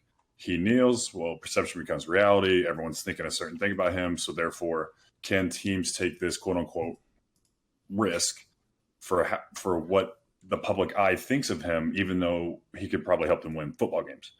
So for me, I had many conversations, first of which was with my brother, who served 2 tours in Afghanistan, United States Marine Corps, is now out. But anyways, and then, it went all the way down, all the way up and down the line. Navy SEALs, weird flex, but it's just what I am. That's my main initiative off the floor is military. So I've been very close to, let's call it very emotional times and understanding of like true sacrifice for this country, right? Because while I do know that a lot of shit is really fucked up right now, they fought no matter what, no matter tall, short, fat, skinny, white, black, didn't matter to them. And that's near and dear to my heart. So how I try to explain this is the raw emotion I feel in my heart during that anthem, looking at that flag, remembering my brother every time he was overseas when I would play my senior year of high school and on through the time he served when I was in my second year at University of Illinois. That raw emotion and pain and love that I feel in my heart is the same thing based upon real life experience that a lot of my former teammates, current teammates, and people all around the league and all around the world who are African American feel in their heart because they have seen it, they have felt it. They're talking to teammates like, well, if I get in my car today, I might not come home based upon the color of my skin. I might get pulled over based upon the color of my skin. Like, for example, CJ McCollum, he wouldn't mind if I mentioned his name. He told me one morning, bro, I got pulled over last night doing 36 under 35. Can you believe that shit? Like, what? He was with his white girlfriend coming home from dinner in a nice car. Because he's black, they pulled him over. That's never going to happen to me. I know that. I have white privilege. It is a very fucking real thing. And if you don't think it's real, you're fucking wrong. So, very difficult times. But what I told the reporters was that I didn't want attention from this. That's the last thing I wanted. But because I know it's coming, I want to express how I truly feel. And I want to use this as a positive platform to say, look, just because I stand, that's the love in my heart. My brother served. I have many friends who served and have given. I mean, it's very complex. However, I can be both. It's not like people will say who don't know and that are ignorant. They say, yeah, Black Lives Matter, but all lives matter. No, you're missing the point. Right now, we have to focus and help this community and culture, period. So I can support the military, stand for the anthem, and yes, be with the Black Lives Matter movement. That is fine. I have seen this for so many years. I started playing competitive basketball my sophomore year of high school. I mean, talk about sticking out like a sore thumb. I'm the only white guy on the team, sophomore year, junior year, senior year, during AAU days. Now I come from a small white community, so my teammates were, almost all of them were white. However, I flew around the country and was injected into this culture and continue to learn, like understand, what they come from, what their experience is about. And to be honest, I can maybe have just as many African-American friends right now today as I do white friends. It's just what I've been around for 8 years in the NBA, 2 years in college, and 3 of my high school years. So I get it. And by the way, I show people not only with my voice and with my platform, but with action. I don't even mind saying this. It's getting ready to come out. It's going to be public. My wife and I just gave $100,000 to 2 small communities in Miami, all pretty much of which are all is African-American communities, which were slammed by COVID and by voter suppression. So the idea is getting these people's rights back and having them feel as though they are connected to the community and the city of Miami as a whole. And I've been so goddamn blessed to come to Miami and make an impact that's where just what you said earlier, Train. I want to know where these dollars are going. Yes. And I know that it's going to help people for years to come, which is why I did it, because I've been immensely blessed. So I want to get back. So long story short, well, just to note that action, like I don't care what anyone says, like that action right there, like donating that $100K and putting like, preaching it is one thing, right? But the action of actually going in and injecting some sort of change through an action, like donating a lot of money, or maybe, going there and helping, tossing a helping hand there, every day or every week. That's the kind of stuff that actually leads to change. Preaching goes so far, but it's the actual action of these kind of things. Actions speak louder than words. So that's all love to you, Poppy. You know what I'm saying? Walk the walk. Yeah. No question. And it was hard as hell. I'll be honest. If I didn't have my teammates Jimmy saved my ass because I'm an emotional guy anyway. Like I cried at my wedding. My wife did not. She loves me and everything, but it's just who I am in my nature. Like because I have vivid fucking like memories of thinking of my brother like serving right during this time. Raw emotion, me, real life experience. Like I started to swell up, so I had to put my head down and close my eyes. And Jimmy just like he kind of grabbed my leg because either he sensed it or something, and I just took a couple deep breaths and I was good. But it's like it was hard, bro, because I knew everyone was going to be looking right at me, like, oh boy, what are they going to think? But luckily, I've had a lot of nice texts, and like you said on my social posts, a lot of people saying like, proud of you, way to be, whatever, whatever it is. So, what branch did he serve in? Marine Corps. Nice. I was Air Force. Ace. Mm-hmm. Yeah. Dude.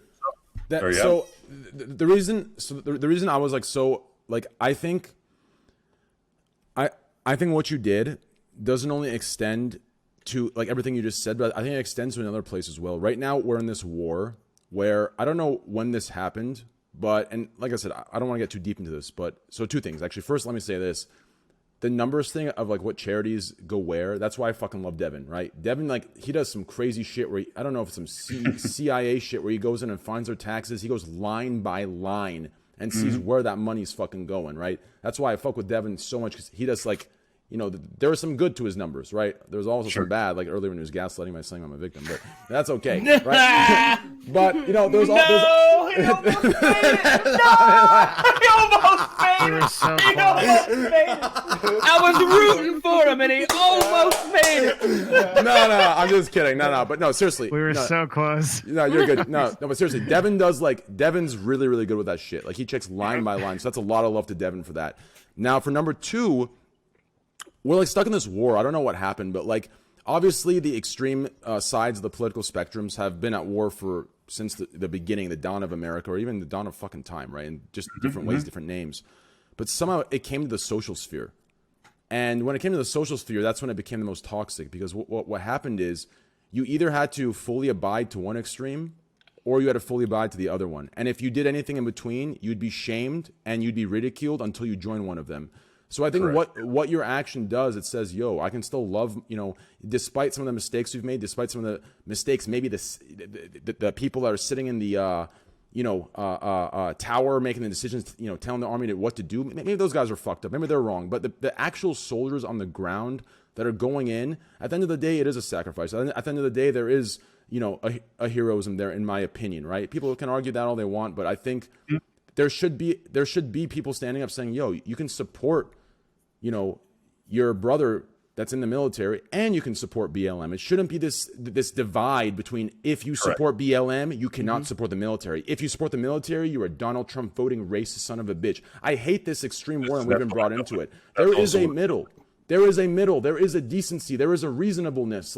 And the fact that we're being dragged in by these political leaders or these fucking people that are filling their own pockets and being hypocrites to what they preach is disgusting, manipulative, and I to be honest, I fucking had it. So well, you are generally right, Train. I also think that Meyers in this situation, like people like Drew Brees, who it didn't really feel like he actually understood. Like people keep having the whole argument over like whether like kneeling for the flag is disrespectful, when it always comes back to the entire purpose of kneeling was to raise awareness for Black Lives Matter. So Meyers understands that he can still, pay respect to his brother and to the memories that he has for his family, and also give attention and money towards the movement, which everyone cares about. And that shows like true understanding. Exactly. So, Train, you are right that, with social media being so huge, everyone is so polarized, whether on the left or whether on the right. And you are right. If you are in the center, it is much harder. But at the same time, there's still a lot of fucking dumb people that argue about the fucking respect for the flag and there's all this other dumb shit, when the entire purpose of something like this, for example, was to just raise awareness for the movement. And everyone like has different arguments over things whether they should. I mean, put yourself in my shoes. I was in the most unique situation of any NBA player. Not even close. Number one, I'm white. Number two, military. So it's like, I kept hearing, oh, you got to draw a line in the sand. You got to draw a line in the sand. Well, if I kneel, what do you think my brother and some of those SEALs and some of these people in other places are going to be thinking about me? Or it's a matter of How perspective. concerning was that to you? say again. How concerning was that to you? was that to you? If you knew that, especially military would look at you a certain way. Sheesh, those SEALs gonna. I mean, like I said, these were some of the hardest days of my life. Truly, truly, I mean that. Like anxiety induced fucking conversation where I'm shaking. Like I'm confident. I can stand in front of an arena of 20,000 people and deliver the fucking holiday. Stay safe. Thank you for supporting our team. No problem. But when it comes to real emotion, that's where it's like it can be tough for me. So, like again, line in the sand. I kneel. Military's like, my brother's like, hey man, this is different for us. If I stand, some people are like, oh, fuck you, you're a racist motherfucker. Well, no, that's not true. So I simply spoke from the heart. I posted the thread on Twitter from my heart and said, look, this is what it is. If you can't see that, then, well, you're probably not living your life right way, number one. Yeah. And Trent, to piggyback on what you said, one of the hardest things right now, I think, in society is everything is literally and figuratively black and white. It's like, well, if you're not with BLM, then you're a racist white motherfucker. And if you're on the other side, you're this. And if you're left, then you're crazy about this. And if you're fucking right politically, you're crazy about it. I can't comprehend how people can't just be compassionate towards both and fucking understand that, like, it's okay to sit down and have a rational conversation. Say, you know what? That's not me, but I hear you, and that's cool. Not only. I'm so sorry, Devin. I just want to make this clarification to what he meant, because I just know people who watch me are going to take this out of context. So when Leonard, every time you do this, you make it worse, and I think everything you said has been just fine so far. It hasn't. I know, but not only real quick. Well, just in case, there's crazy people. There's crazy people in the world. Okay, when he says compassionate to both sides, please do not take it as compassionate to the both extremes. He just means compassionate to Everybody both. knew that. Everybody knew that. No, I think Meyers. How can not you say only everyone with knew what that? There's crazy people that will take that and fuel their own fucked up shit, right? I mean, you taught me that, Destiny, intention versus effect, right? Sure, most people knew that, but there's one or two crazy fucks that are going to take what he said and use it to fuel their fucked up delusions, right? So I just want to make that clear. So those one or two crazy fucks, right? Same thing. I do the same thing with Squad W. You taught me that. So hey, I'm just keeping that buck. But anyway, Meyers, it's not. I think what you said is so important, because it's not just that we need to be compassionate to each other. We are basically the only way out of the extreme polarization that people have is to have that compassion. Because if you can't have conversations and see things from other people's sides, you can't make any progress with them. No question. It's like making your decisions rather than always about emotion. Yeah. Like make it on reason. Like if you're old enough and educated, whatever, all these different things, real life experience, all these things. I can sit down, like, for example, my wife and I can have an argument, or my best friend and I, or Devin and I, whoever. I can sit down, and that's because I live my life in a sense of like it's trying to understand other people as well. It's like, you know what? You're fucking right. And you just changed my mind. Thank you. Like I learned something new today, rather than sitting there and be like, that's the fucking classic know-it-all that nobody likes to be around, that always thinks they're fucking right. Like why can't people for fuck's sake? Like my core values, like love and loyalty and all this different shit. But like, I don't fucking get it, man. Like these people are, blows my mind how bad people are at life sometimes. Holy shit. Get your fucking shit together. How about some discipline, character? Yo, this leads into my next thing, Meyers. I was actually talking. Listen, tell me if I should do this or I should. Okay, y'all are gonna tell me I shouldn't, but I had this genius idea for a tweet yesterday. It came on from what I've been preaching the last like year, and yesterday I went off on this rant, and it resurfaced it for me. I was gonna tweet. I'm gonna keep it a stack. I was gonna tweet this shit in like 6 hours, but bro, does anyone here feel like so? The time I came from, right? So if you see how I am, you better bet your ass I've been hit in the mouth multiple fucking times, especially with the way I am, right? I go a little too far. I meet you the first time. I talk to you like I've known you for 10 years. For some people, that's overstepping boundaries. You know, I'll get smacked the fuck out of for that, right? And that's happened to me many times, right? So that's like where I get this like understanding based on like who you are, right? Of how far I can go with you, right? Like I can usually generally tell. It's because I've been smacked in the fucking face before. I've been punched in the mouth before, and I know I've learned these things this way. A lot of people haven't, experienced that, and we've hit this area. Like I feel like if everyone just got smacked in the face one time when they were just being such a shithead or dickhead, I feel like we would not be where we are today with the level of toxicity on the internet. The internet will always be toxic, right? It will always be. But the shit that I'm talking about is the extreme shit. I feel like if we just all stood in line, all of us, me, Devin, you, Myers, even if we've done it before, even if we've had it done to us already, and the entire chat, and we had Mike Tyson on the other side just giving one fucking, just a nice little fucking right hook to the goddamn face, I promise you, we'd all be a lot more chill, a lot more together, and shit would be cool. A lot more unconscious. And a lot more unconscious. That's my opinion, bro. I don't know about. Yeah. One fucking word. Accountability. Accountability, man. Yep. I can sit behind. See, now, let's say that you didn't know this was my phone, right? And Train, I sent you a tweet, and it said, Train, fuck you. And all of your thoughts. Where is it? And no, I didn't. Shut up for a second. Oh, I'm so sorry. What if? You know what, Train? Fuck your tweets and fuck this and fuck that. I think you're a fucking idiot. By the way, your fucking podcast sucks. Wait, Richard Lewis, what are you doing here? So that could come from a 5'5" little scrawny fuck who, whatever, sits in his mom's basement and eats Cheetos and fucking is really good at some nerdy ass game, or it could come from me, and then you'd have to stand up to me. The point is like there's zero fucking accountability, man. Yes. Same thing you're talking about. Let me just tell you something. There might be 0.1% of people that actually have the fucking nads down there to walk up to me and say, you know what, Myers, you're a fucking bitch. Yes. You know why? Because they're scared little chicken shits, and I know. Yes. So the point is, it's like, why can't people just fucking, man, like, Train, what is wrong with these people, bro? I know. I know. And I saw someone, Nick Burks tweeted this today about or last night maybe, about jealousy, and you pick one. Oh yeah. It's like, okay, I'm either going to say, you know what, Train? We met. I'm fucking happy for you, man. Look at all these fucking viewers. You're growing your shit for a reason. That's fucking awesome. You got Cash App now. That's fucking lit. Or I could say, fuck that, bro. I play in the NBA. Why the fuck ain't Cash? Why isn't Cash App coming to me? Yeah. This is fucking bullshit. Seriously? Why can't I be happy for someone else? By the way, yes. they're in their agreed. own fucking completely agreed. world. And guess what? They have no fucking discipline. They have no fucking character. They're not living a fucking life. They're fucking sad all the time, and they turn it on everyone else. Yes. I don't want to hear that shit. Come over here and fucking get one of these, buddy. Legend. Dude, Myers, you are so right. Cash App, where the fuck is my sponsorship? You know what? Fuck it, dude. You know what, Myers? You are totally right. Well, yeah. You're sponsoring the #1 podcast. That's not.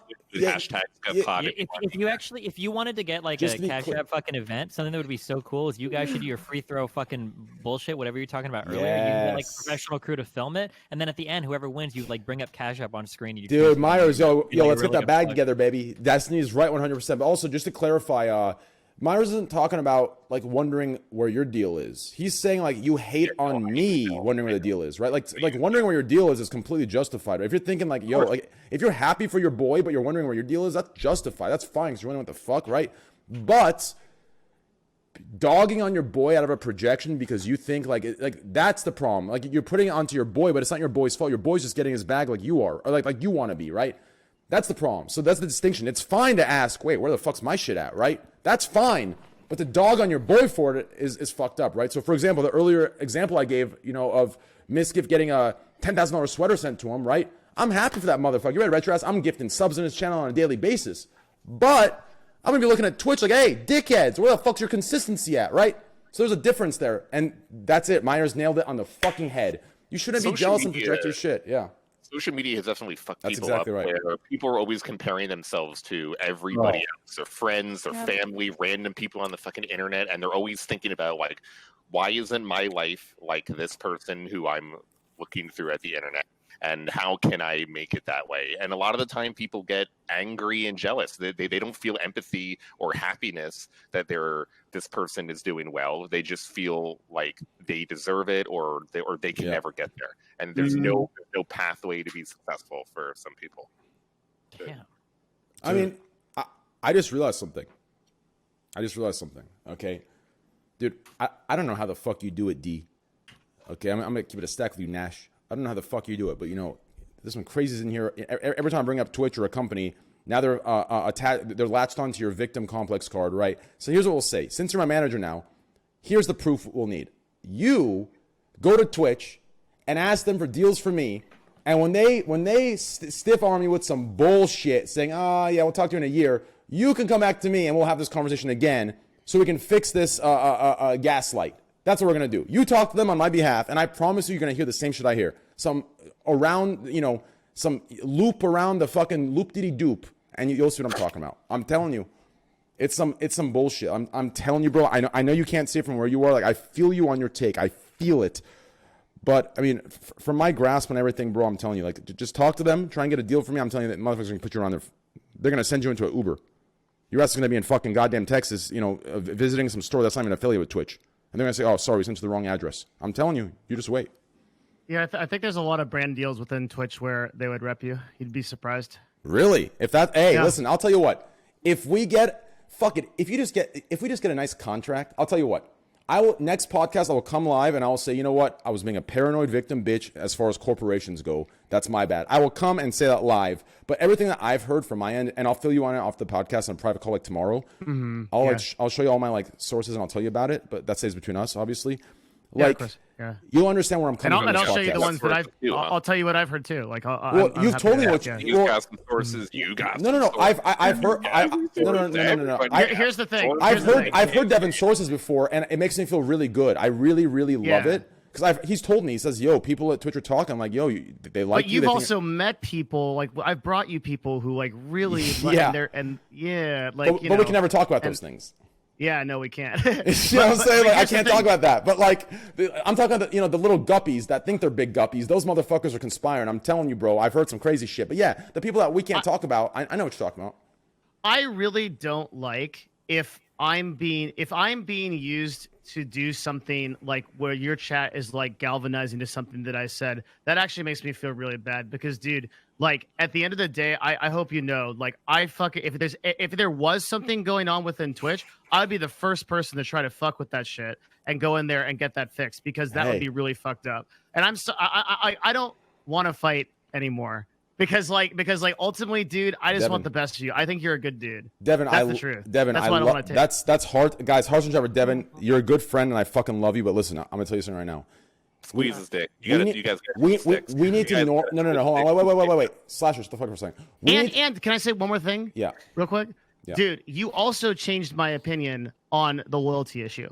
When you explained that to me on the phone, I came completely back around on that, and I realized I was wrong. I realized that what you said, like, when Train, the problem is, like, when Train describes something sometimes, it's like, and it's really hard to, like, fucking, like, parse through it. But, like, when I get him on a fucking phone call and I talk through it, I listen to what he has to say, I understand what his core argument is about the lack of loyalty on the platform, not just from Twitch to streamers, but also from streamers to streamers, and I actually fucking completely agree with it. I failed to understand that last podcast. That's a clip, man. That's a clip. I appreciate that, bro. I love you. But real quick, I want to make this clear, okay? Don't look at what we're doing as fighting. This is like, if you want to actually, like, get to a day where our kids are friends going to school together, you are like, we gotta have like probably 70 or 80, if not 100 or more of these heated arguments. Otherwise, we're never going to get to know each other, and we're not going to respect each other in that way where our kids are with each other, right? That's the problem with today's society, right? Everyone, as soon as one argument happens, they immediately get away from each other because they want to be in their bubble where, like, it's this weird thing. I don't want to get into it, but, like, man, if you got a boy, bro, let alone arguing, man, there was a time where you're going to just fucking slap the shit out of your boy. You understand? That's some normal fucking bonding shit. That's bonding. That's some Bad Boys 2 Will Smith shit. You understand? I can't get you brands through Twitch. I'm sorry. That's not going to happen. Mike Loud. He doesn't really mean he beats children, chat. It's just, no, you got to bond together, dude. No, I'm talking to me and Meyers are actually going to fuck with each other. There's one or two things happening. Either we're seeing each other, we're either hanging out naked, or he's going to sock the fuck out of me and we're going to go get dinner afterwards. It's one of those two. It's one or both. That's how it works, I bro. actually I'm vibe telling with you on your rant last night about introducing minor violence to people. I actually do think that getting your ass beat actually does make you a better person. Oh, hell It's one of yeah. the big things that made me less of an arrogant asshole. So, like, I know chat's gonna be like Cap, but like slightly less. I legit got my ass beat in high school really bad. Yeah, so like, And you got washed? It keeps you humble, right? So when I was in high school, I sat down on these painted benches that I thought like looked really cool. Yeah. And these seniors came up to me and were like, "You can't sit on those benches. Like, it's the senior benches." I said, "Go fuck yourself. If you don't like it, do something." And then I proceeded to get my fucking ass beat.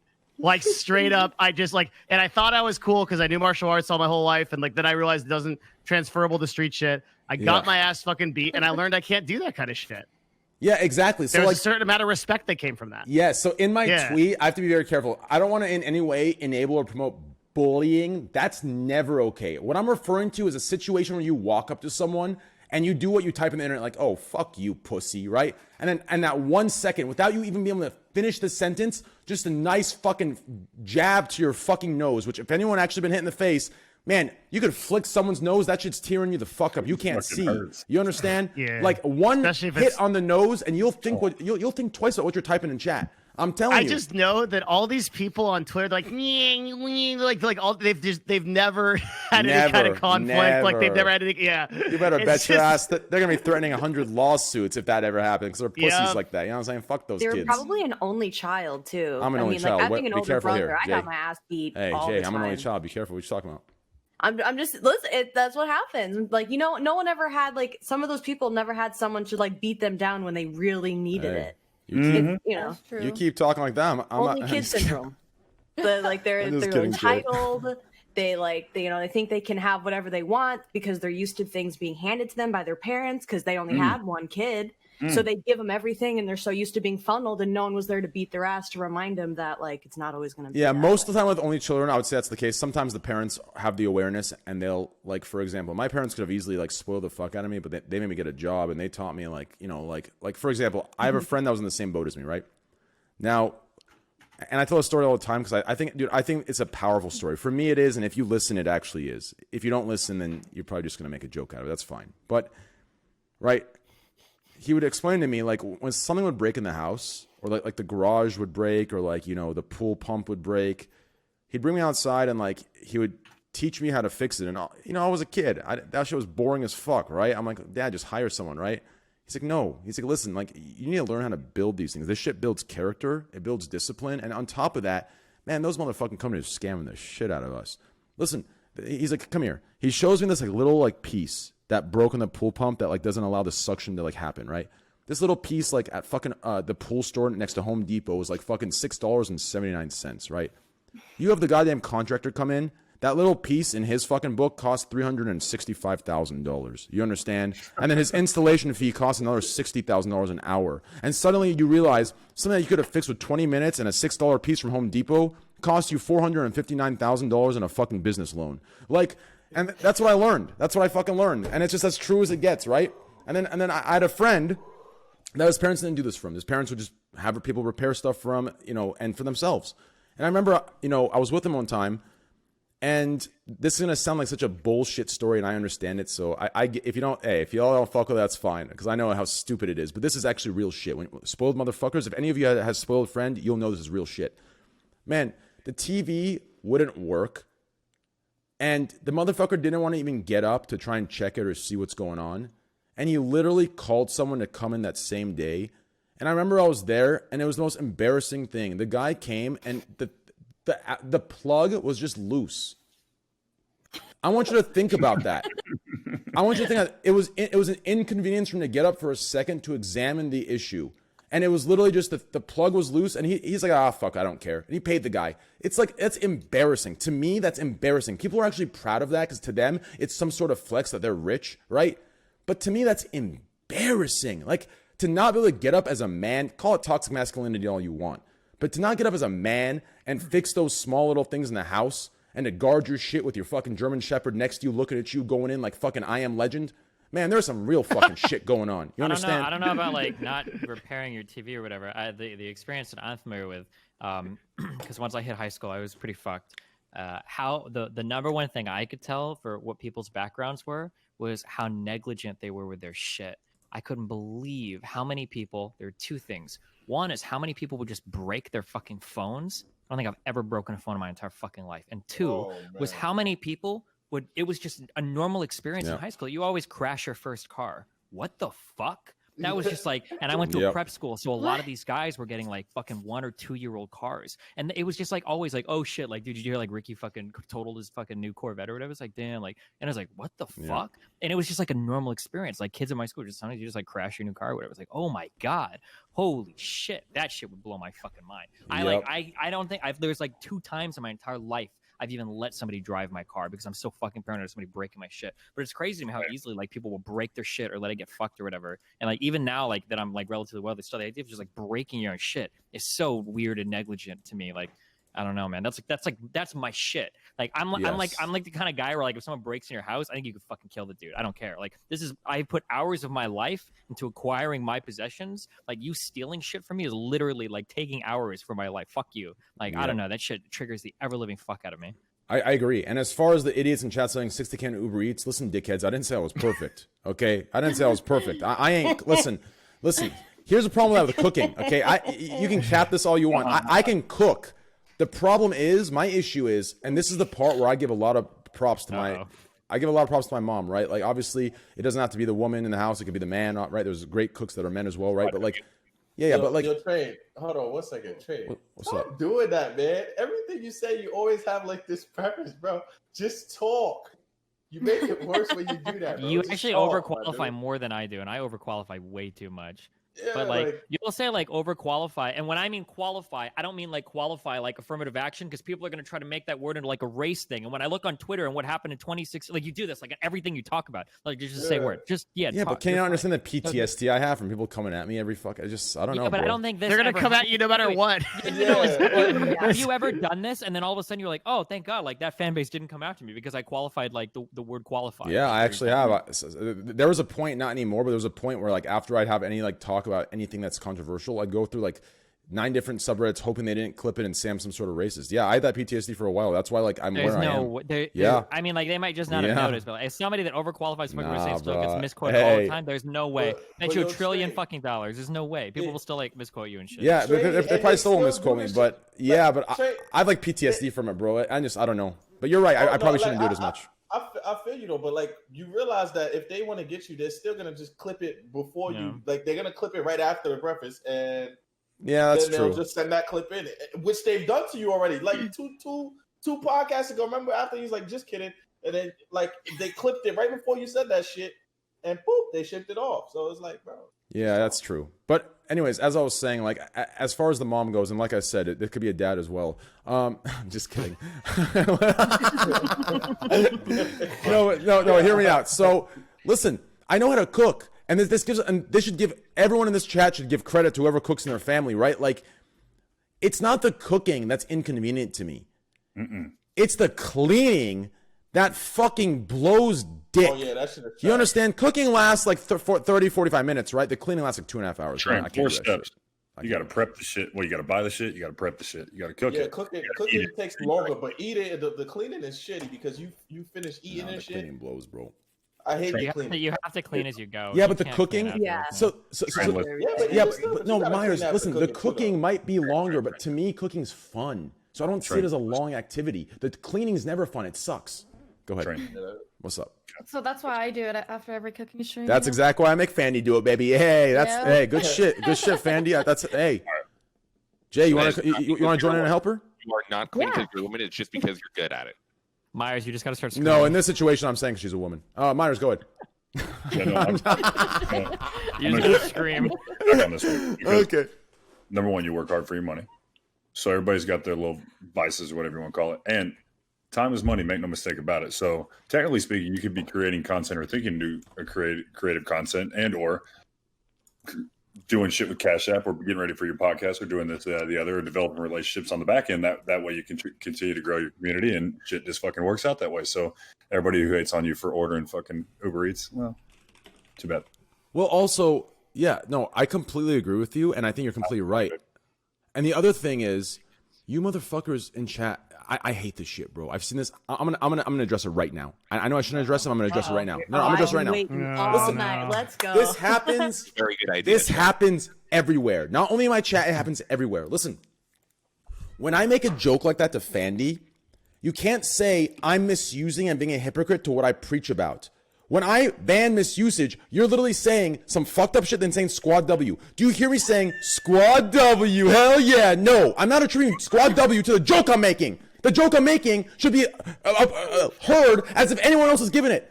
So you motherfuckers on Reddit, Twitter, and Twitch that say, oh, he misuses all the time. I look through all my jokes I make toward a woman or a man or a female streamer. I don't put Squad W afterward. It's not a Squad W connection. I'm just making a joke. Raw. Suck my dick. Thank you. Go off. Sheesh, I hate it, bro. Everyone's like, oh, Train misuses all the time. Dickhead, go find a clip and see if I use Squad W afterwards. Nah, I don't. I just make the joke. You're fucking, you guys are subconsciously applying it to it, which is what I'm trying to get away from. Like, suck my dick, motherfuckers. Okay. Anyways, guys, on a real note, guys, we're 84 subs away, and I give 200 subs back. We're only 84 away. At this point, we might as well get there, guys. So any 100 gifted rich guys in chat, gift 100 subs. Thank you. Oh, here, I got you. No, Arcana, no. Bro, no. Save it. Man, Arcana. Watch me. How rich is this guy, Devin? Fairly watch rich. me. No, if you're rich, dude, I actually made an error. What I meant was we're 200 subs away from me gifting 200 subs. Let me put it this way: he has as many subs as you do. Sheesh. What are you trying to say? I'm rich? I'm not rich. I make like $2,000 a month. Cap. Yep, I agree. The Train does not, guys. We are. Wait a minute. Let me just refresh the thing. What the fuck? We are 80 subs away from 11,000 subs. Are you kidding me? That we can't get that many subs? Are you guys serious, guys? Seriously, what? Here we go again. 200,000 gifted subs, and you guys can't gift up to 11,000 subs tonight and get this guy where he deserves. All right, watch this. Any leprechauns in chat? Any yacht owners? These fucking Google idiots. Listen, chat. I make $2,000 a month. Ignore the fucking thing on Google. It says I'm a $5 million net worth Andy. It's a lie. Stop linking it. It's lies. Hey. Stop it. It's lies. I'm clapping. I make $2,000 a month, $24,000 a year. No. Yeah. You give that much away a month. Yep. Damn. He's in debt. Myers with the 100 bones. God damn, Myers, what are you doing, bro? I gotta be taking care of you, bro. Like I don't tell you guys this, but I got 20 million in the bank, Myers. I'll take care of you. Yo, wait, I need to ask you, what do you consider rich? I consider a $10 million contract rich. Not what I fucking had.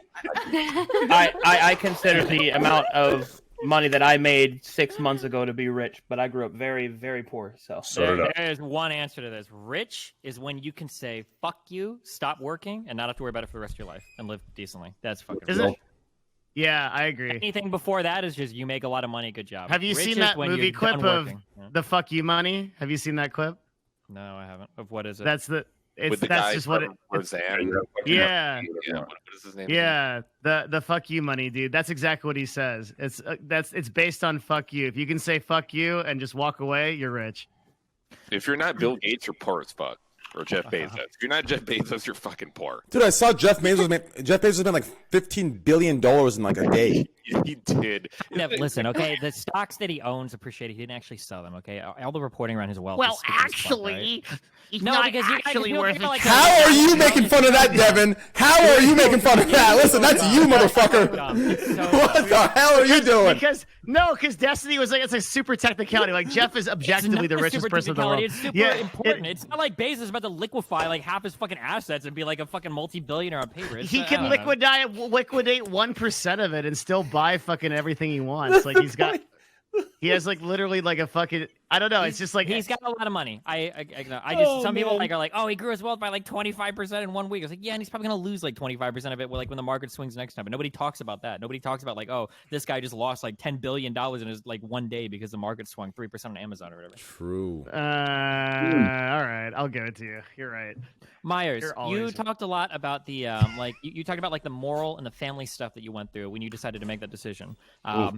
Being understanding, because I know that you can't say everything, but Sure. Did you feel like you had any pushback from like any team owners or anybody from a monetary point of view, where they were like, listen, we respect your position, but like we just can't have you doing this because it's going to look bad for the team and we're going to get bad coverage for it?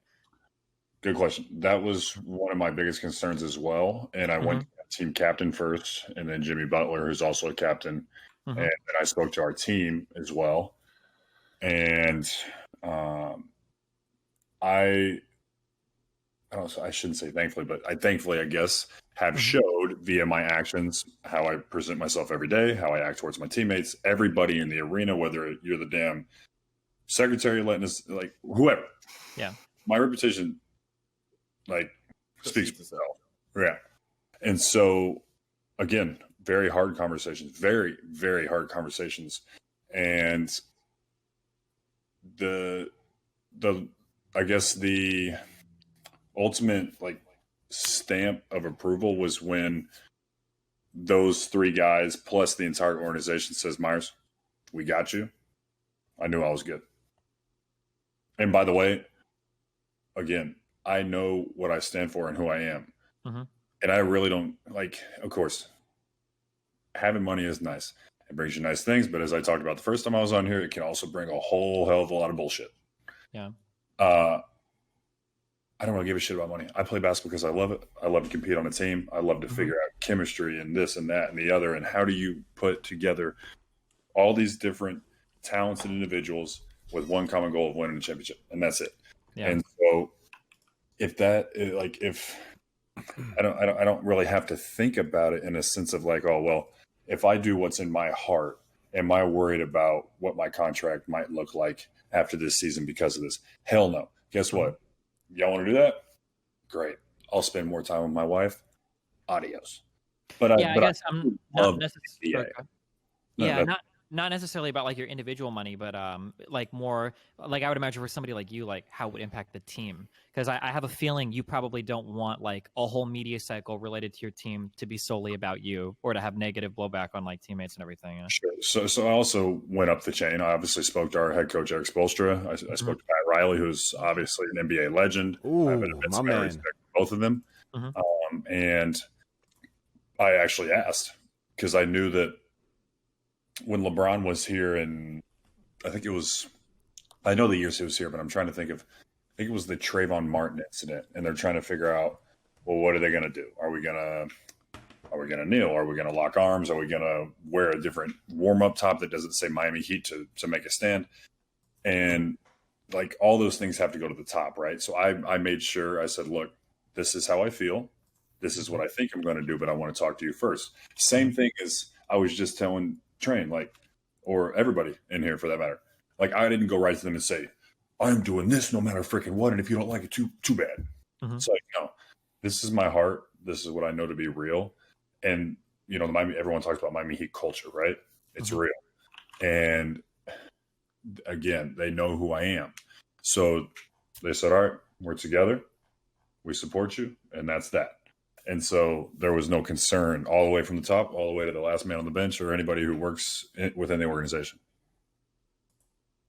Do you I think the general feeling, or there's mixed feelings on like how much control you guys have over your media image, like how much is you versus how much comes from like a publicist and whatnot. Do you feel like most people have pretty wide deference in terms of how they can act publicly? Do you think that's something afforded kind of specially to you because of how maybe your perceived responsibility in terms of how you treat your image? Okay, very complex. And I, for one, really kind of run everything for myself. Like, Slasher, thank you for your comments earlier about my Twitter thread. The only person I ran that through was my wife. And she gave me a couple small tweaks, but I wrote it out. I sent it to her. I said, hey, this is what I want to say. This is what's on my heart. I think people will understand. I'm trying to play both sides, but I want people to understand exactly where I'm coming from, because you have to push your narrative before anybody else can take it and say, oh, well, Meyers Leonard's this. No. It's not what I am. Right here it is. This is what I'm going to say. And so I am constantly thinking, which can be a good and a bad thing at the same time. All right, well, what does everyone think of Meyers Leonard? I want everyone to love me. But I've also come to a place in my life where, for example, making not a hard decision, but a hard decision all at the same time to stand. I know who I am and my core values. I am set. I know that I'm going to work my ass off. I'm going to be high character, love, loyalty, and all these different things. Like, and if someone doesn't like that, then they're probably not living their life the right way, to be honest with you. And the biggest, how do I say this? The most freeing feeling was really about 2 years ago for me. I remember I was fucking around with one of the interns, and I trained in LA in the off season. Everything, weights and conditioning, nutrition, basketball, the whole thing. And the trainer. Wait, do you want to rephrase that, or? Yeah, I was just gonna say you just said you were fucking around with one of the interns. One of the male interns. Okay. Sorry, yeah, okay, I'm sorry. I heard that, like, yeah. I train in LA in the off season. Gotcha. Okay, yeah. Conditioning, nutrition. You got my brain scattered. Sorry, yeah. That's okay. I think I understand you, man. Just clarifying. People might think that's weird. Okay, so I do all these things, right? Mm-hmm. My basketball trainer has interns who work on the floor, rebounding, passing, doing those sorts of things. But we play one-on-one to like work on skills and do different things. Mm-hmm. One of the interns and I have like just this fun relationship where it's like I'm going at him, he's going at me. My trainer allows him to foul the shit out of me, do whatever the hell he wants to try to stop me, basically. Mm-hmm. So anyways, Myers, that was not it, bro. He's going in on you. You're going on him. My man, listen, here, I'll talk for you. You were going one-on-one. He was going hard on you. Wait, no, that doesn't work either. Just continue. Yeah, go. Okay, you're messing around. Go ahead. The point is I like put on heavy metal music. I had his videographer like have me kick the door and acting crazy, pit viper sunglasses, the whole thing. Like my persona that comes out is almost like an IRL version of Doc. Really is actually what it kind of is. Like whatever. If you don't fuck with me, you don't fuck with me. You don't like this energy, you're too fucking bad. Because at the end of the day, I know who I am. Anyways. So I had a coach say to me, this was in Portland. He sat me down and he said, Mars, I need to talk to you about something. I'm like, this is the most confident I'm feeling my NBA career. I said, okay, what's up? He's like, well, I had a couple GMs reach out to me about this video. Did you do some video recently of like kicking in the door and like acting crazy with these interns? It's like, yeah, so? He's like, well, I just want to let you know that like certain people could perceive it a different way. And I said, let me stop you right there. This is a man I have a lot of respect for, and still to this day. I said, this is the happiest I've ever been in my life. This is the best basketball I'm playing ever in my NBA career, and I am not changing for anybody. And that was like the most freeing shit ever because I had trapped myself. I talked about this in the last podcast. Like I was severely depressed and had anxiety and the whole shit because I got fucking booed by our fans. Like it didn't matter that I had a beautiful wife and a big ass house and all these things. That shit did not matter to me. Like I was really in a dark place. So long story short, I went throughout that whole summer. Boom, here I am the next season. And this happens. And I'm like, look, I'm not changing for nobody. If y'all don't like it, too fucking bad. If the rest of the league don't like it, too fucking bad. I'm not changing for nobody. Mm-hmm. Long story short, I figured out who I was and how I could be happy day to day and continue to work my ass off and build a name for myself in the NBA and in the public's eye. Mm-hmm.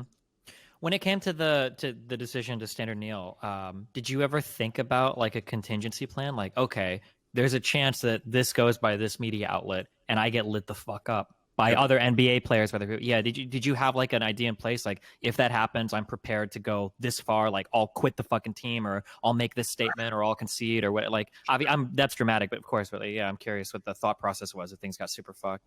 Okay, so as I said, I did speak to our captains, our entire team, and then my former teammates. So I had that idea that anyone who knows me is going to accept it. Now, there might be other players, and the public some might hate you, some might love you for it. There's going to be a lot of mixed emotions. So I knew that because of the way today works, as I mentioned earlier, black and white, literally and figuratively, there's going to be some people that love it, some people that hate it, and some people that right in between, whatever. And so I sat down for about 3 hours with our AP writer here, down in Miami, but it was here in Orlando, and said, look, we need to talk through this because he was the right guy to do the story. I talked about everything. Shit, I got emotional. It was fucking hard, man, like really hard. But I had to get it all out there. He wrote it. That night we spoke. And then next day, right as soon as the tip went up, right after all this shit happened, we controlled the narrative. Right there. Boom. Miami Heat put it out. Like, he put it out. Because as soon as someone sees something, that's what they start to associate their feelings and like emotions towards. regardless if it's good or bad, by the way. And then, as I said, right after the game, I took the photos and I posted my own shit, which is just a regurgitation of what I had already told him the day before. But the last thing you want, as you're kind of alluding to, is, well, some far left or right, whichever, decides they're going to take their narrative and try to pump it out there as fast as they can and see how many people cling on. Because we're so quick to react with emotion rather than with reason. And that's a major issue as well, in my opinion. Now, it's normal, right? Like that, the reason media comes in a locker room after the game is because it takes like an hour and a half, 2 hours for a player to actually decompress, like think about the game. You get them at their hottest. Exactly. Good or bad, right? And so we structured, I spoke to my wife about this and my agent. Like, we structured it. I talked to the right people. We had the plan in place. The story was ready to go. I knew I would post afterwards. And, you know, to be honest with you, I thought it was going to be like, call it a 50-50 split, love and hate. And really, I was preparing for the worst. Like, I thought I was going to get crushed. Yeah. But honestly, it was probably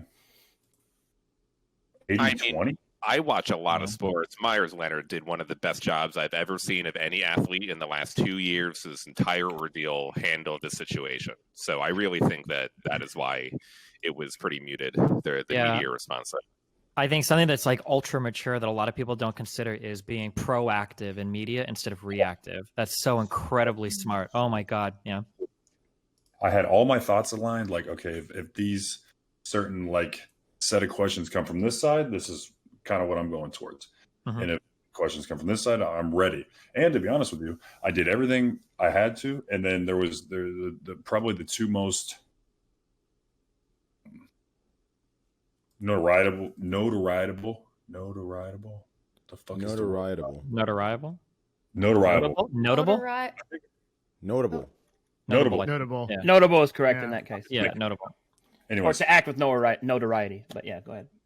got No, it. Arcade, I'm giving you a permanent spot, bro. I'll see you next week. I like you a lot. No, I love your energy, bro. I fucking love you, dude. I don't know what it is. I just love you, bro. You're good energy. And Amouranth, man. same with you, locking you in next week. I fucking love you too. Go ahead, Myers. Sorry. First of all, I hate when I fuck up words and I don't normally do it. But anyways, Notable, yeah. shut your mouth. I will suck your cock right now, Myers. You keep talking like that. Here we go. My He fucking- didn't mean to say notable. He meant to say notable. No! Oh, That was really good, Des. I'll give you that. That was a really good impression. That was really, really good. all right, anyways, I had The more notable things he did. two African American writers who are, again, very powerful in the NBA space. And I didn't know it was coming, actually. Like, I thought maybe in a couple of days I would speak to them. But I was ready. Like, there was no question. Like, I wasn't uncomfortable. I was like, well, they said, well, you stood, but do Black Lives Matter? I said, yes, of course they do. We'll say, okay. Most people, I guess, in your position would say that kneeling is wrong. I said, no, that's powerful. That's what they should do. But this is how I feel. This is why I did what I did. They have their every right to do them. And I was prepared for everything. So like you're saying, proactive versus reactive is so immensely important. So it was tough, but I feel as though I handled it as best I could. And it's since blown over. And let me tell you, I probably slept an average of 2 hours for about 4 straight nights. It was rough, really rough. Like I was up just fucking thinking about everything. Like, what are people going to think of me? So, Oh shit! Do you have the feeling where this is something we have in the streamer world? Do you get this? Must be the same in every like athlete and every entertainment, where you get like a fucking message or some shit, and it's some dumbass, ambiguous like, "Oh shit, are you okay?" And you wonder if like somebody's posted a fucking story about you, or if some shit just blew up on. Does that ever happen to people in like the NBA or whatever? you're saying like this weird thought. No, like a friend, or like all of a sudden you get like 3 or 4 texts from people and like, "Oh, dude, I heard what happened," or like, "Oh, are you feeling okay?" Yeah, or whatever. so And you're like, "Oh Myers- shit, some shit just got fucking posted." Or like Yeah, somebody just. so- You have no idea what they're talking about. Yeah. So Myers, an example. The other day I posted just like I went on a rant in my Twitter, Shocker. and my buddy looked. Okay, buddy. Okay, I'll suck your cock. Day trade. So I went on a rant on my Twitter, and one of my friends, Lakari, he like I don't know, like I wrote some shit about like some popularity contest. Fuck it all, suck my dick, right? And Lakari writes this shit like, I remember when I was with Train and we played TFT together, and he didn't care about view counts. He just wanted to play TFT with me. I love Train. I remember those days. And I'm looking at this comment like, bro, you're writing it as if I've died. Like, I literally just said, fuck cancel culture, suck my cock. What the fuck do you mean? I remember my times with Train. Like, this dude Lucari is out of pocket. I don't know what the fuck he's doing. But anyways, Meyers, go ahead. What was the point of that story? I don't know. I wanted to tell it, so I made an excuse. Okay. Anyway, do point? you ever get people messaging you, like saying like an article's been written, or do you get like a heads up all of that through like your team or like publicists or some shit? I guess. I mean, it's a little bit of both. Yeah. For example, our team guy hit me up today and said, "Yo, I can't even remember who the hell wants to, some major publication wants to talk about esports, and you're like the most prominent figure streaming on Twitch in the bubble. Would you do that?" I said, "Yeah, sure." Mm-hmm. Or, but there is shit certainly that drops and like, "Yo, did you see this?" Or, "Yo, did you see that?" And I'm like, no, and I really don't give a shit unless it's meaningful. My wife will say like, "Hey, you need to go take a look at this." Other than that, it's like, I don't got time for truly, I mean this. Occasionally it gets the best of you. Like 100,000 people could tell you you're great, and then one person has just this comment for some reason that stings a little bit. Yeah. Fuck you. But no, that's a YouTuber streamer thing for sure. We do the same shit. You get like 100 positive messages from fans, and one random known life like doesn't even have an avatar picture will say some shit like, "Dude, your last game was fucking garbage. Like, why'd you miss so many free throws?" You're like, "Who the fuck are you? What the fuck?" Yeah, just like some random dumb shit or whatever. You guys know this streaming. Like, you build a certain like threshold, or like you get thicker skin. Like, I've heard the most ridiculous shit you can imagine. Like, I hope you tear both your ACLs. Like, people have commented on my dad passing away. Like, people are fucking ruthless, man. Like, degenerates, yeah. That's fucked. So it's like you learn about that, and as I mentioned, like, you get to a certain point where you really understand just who the fuck you are, and if you're living life the right way, then outside of like, number one, your immediate family who you really trust, and your core group of friends, and then like kind of this bubble of people who got your back, then who really gives a shit? Like, I don't got time to be giving energy to that. Like, trust me, I got too much going on. I'm streaming, I'm doing this, I'm doing that. I'm trying to help my wife run a company on the side. I'm fucking playing. Like, I ain't got time for all that shit. I just don't. Fuck that. Yeah. I have a question for you on a complete tangent. Sure, go ahead. Bro, so my favorite coach in the NBA, nowadays I don't watch it all. The last probably 5 years I haven't watched. How'd you know? Oh, yeah, I told you Spurs. You mentioned the Spurs, yeah. I told you I'm a Spurs fan. Yeah. Dude, Popovich, bro, listen, there's this thing, I don't know what it is, but it's like he comes off as this like gentle person, but like he's just so smart and compassionate, and he knows what he's doing. He's intelligent on the court, but he's just so, and he's like a larger dude, right? But he's like so gentle. At this level, everyone has been the best, right? Coaches, players, like, everyone's going to be competitive. And the ability to harness that is truly difficult. Because let me explain something to you. If you're standing in the corner and someone swings me the ball into the top of the key, I have a good shot, but you have a great shot. I have a chance to do what's called a swing for a wide open corner three. But I decide I'm going to contract you. You already got your fucking money. I wouldn't do this personally, but some players are launching that shot. My point of saying this is like team chemistry and like harnessing true talent and like everything that it truly means to fight for a championship. That's what the Spurs have done for 20 straight freaking years. Like 50, like, by the way, 50 wins, 20 straight years in the Western Conference. That's crazy. My point is, it is a players' league. That's a fact, because the players are out there, and they're like, it's not so structured like college where a coach can really draw something up and control. It's a slower paced game, and like, we're all superstars in our own rights. Like, but then there's obviously levels. My point for Pop is, he, like, you want to go to war for him because how compassionate he is, but sometimes he'll jump your ass. Like, I'll never forget my second year in the league, maybe my rookie year. Kawhi, we set up a play for a guy named Nick Batum, good player, for a quick backdoor play. We got him on it. We got a dunk. First play of the game. Boom. Pop subs his ass out and mother F's him all the way to the bench. I'm like, holy shit. Like, this dude means business, right? He let him sit there for like 2 minutes and put him back in the game. the point is he garners so much respect and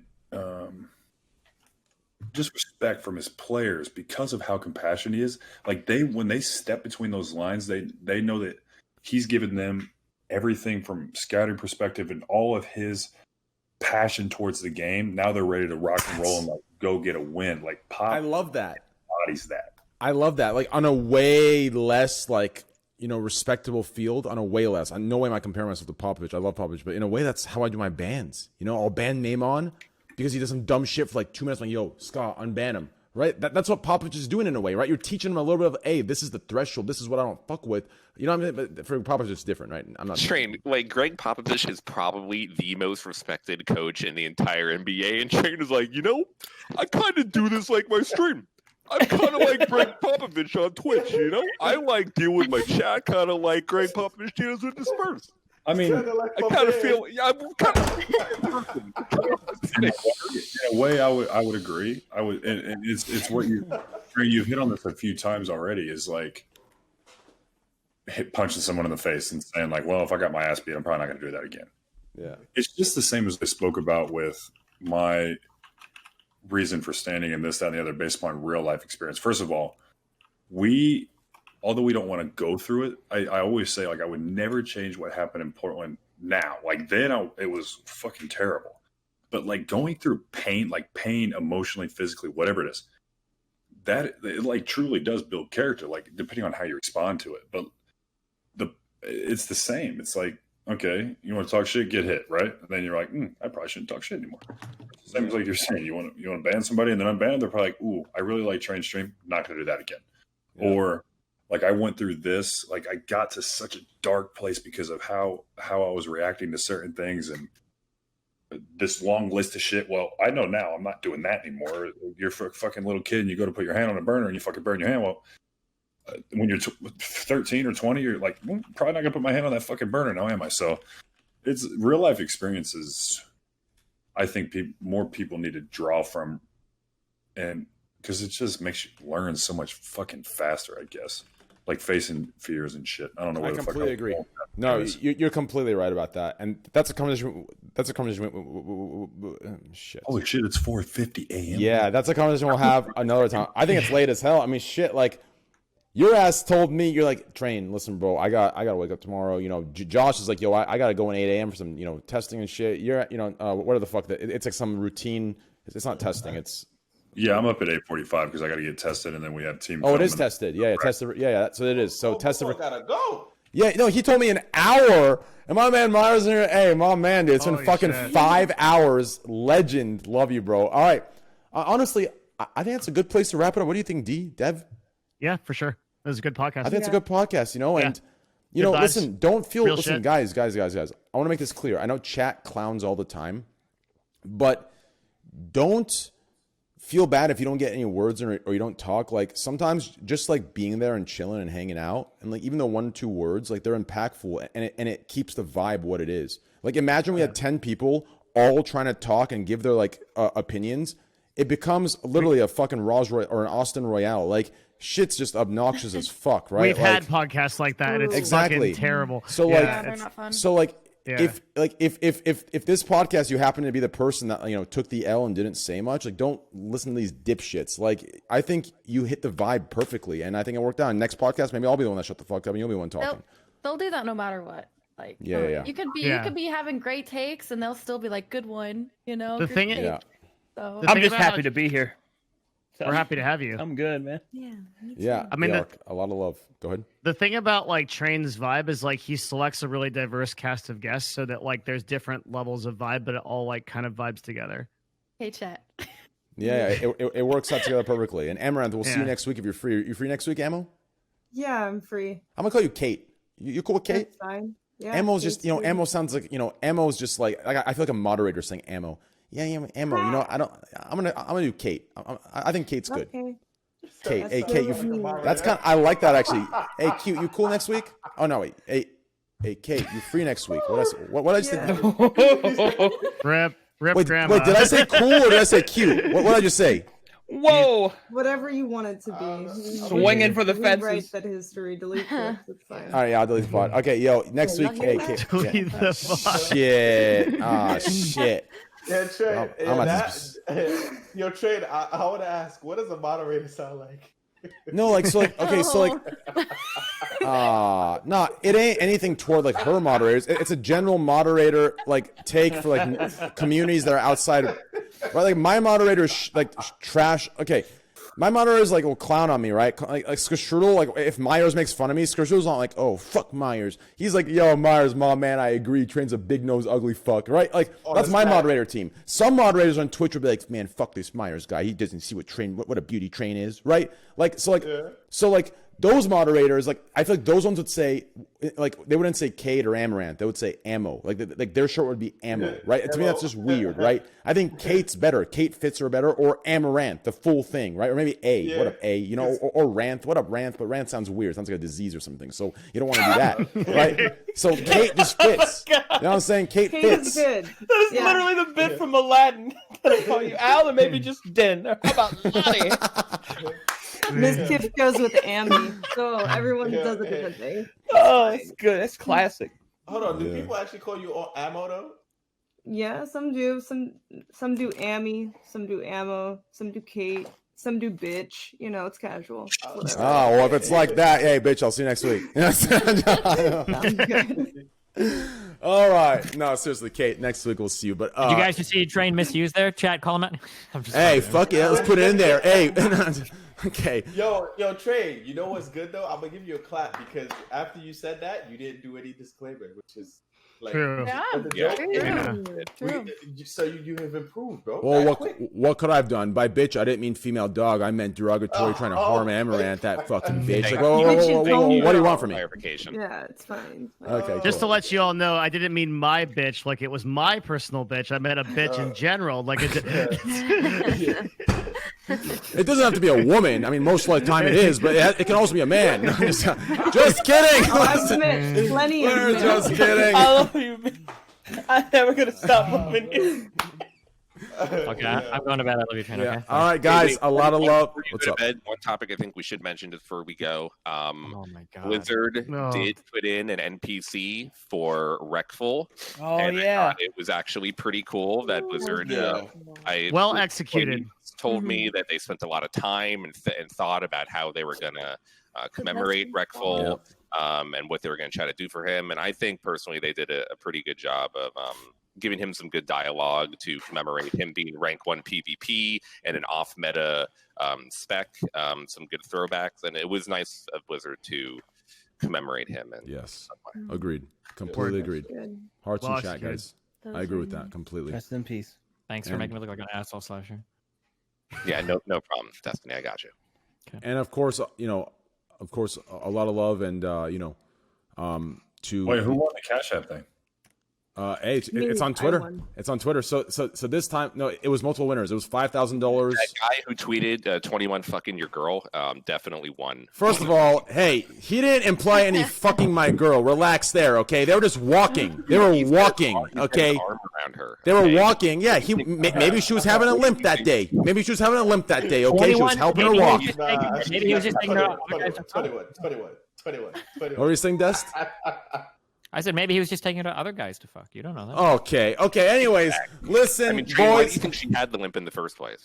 Okay, listen here, dude. Hey, listen here, bro. Listen, that's fucked up. Okay, now here we go. So, guys, a lot of love. Yo, my man Myers is feeling for me. Don't worry, Myers. We'll whoop Slasher's ass in a bit. He'll think twice for making that comment. You know what I'm saying? You're not going to jump his ass. What's up, Slasher? What's up, bitch? Yes. Hey, you hold him down, I'll fuck him up, baby. No, seriously, dude. I had this thing back in my bar days.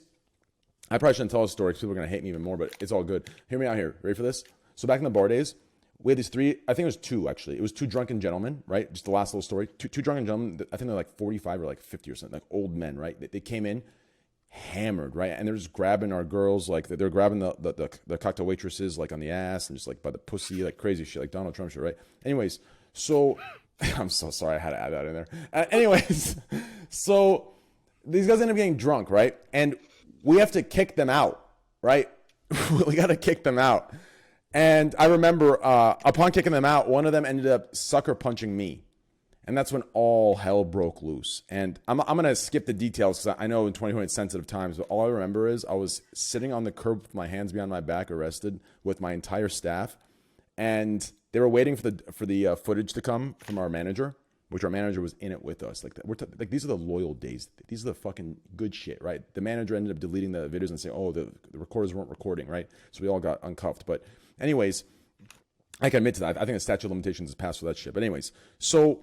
I guess we'll see. Yeah, so hear me out here, right? So all I remember sitting on the curb with my hands on my back was the fucking nurses or the EMTs from the ambulance were like, does anybody see his teeth?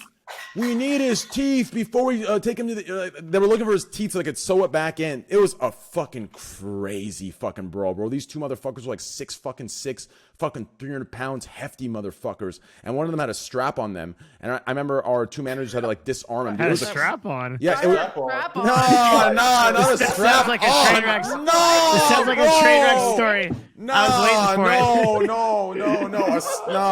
No. Swing and a miss. Bro, Damn. Jesus. One of those kind of fights. This Strike one. This really is a train wreck story now. Dude, Yeah. my man Meyers is Meyers is fucked, bro. 4:30. He has to wake up in like 2 hours, bro. He's pissed. Anyways, all right, guys. Great podcast. Meyers Leonard, guys. He streams on Twitch, does Call of Duty. He's actually good at the fucking game. He's better than me, and that doesn't say much, but he's better than a lot of people that are really, really good. Please go follow him. Twitch.tv. Sorry about that. Twitch.tv/Meyers Leonard, guys. Twitch.tv/Meyers. And they sent me a Verdance jersey and then sent me. Yeah. What would you say? Nothing. Wait, who hit you up? Nothing. I said they sent me a jersey and not you, so I must. Yeah, be better. I know those fucking cocksuckers, bro. But It's apparently fine, apparently I'm in denial about it. You know, my man Devin's gonna get me a jersey tomorrow, so we'll be good. No, but guys, seriously, Twitch. Yo, do I have mods, bro? Yo, guys, I'm gonna do a. You know what? I'm literally gonna do a mod. Fucking. I'm gonna get some mods in here, bro. What the fuck's going on? Shameless ass motherfuckers, bro. I've noticed this shit in my life, dude. As soon as you start taking care of people, they get shameless and lazy. You gotta actually treat them like, dude, I'm beginning to realize how capitalism works and why it fucking works so good, dude. You gotta treat people like shit, and suddenly they're all loyal motherfuckers that will suck your dick at any cost and fight for you. As soon as you take care of them like they're your boys, they get lazy and they stop showing up. They stop showing up. They're like, fuck it. I'm getting paid now. Who cares? Fuck's going on? Do I have a fucking mod in here? Pissed off. Okay. That's how it works for relationships. Jesus too. It's not Christ, just bro. mods, it's everybody. Sheesh. My man Kuro's working for a distributive wealth motherfucker, and I'm the only one paying him as a mod. Like, fuck's going on here, Kuro? You better be here all the time. Jesus Christ. Anyways, thank you. Meyers Leonard, spam that in there. Twitch.tv/Destiny, guys. Spam that in there as well. Twitch.tv/ is it Arcade? No, it's Arcadum something, right? It's Arcadum. That's It's just Arcadum? Oh, that must be your Twitter then.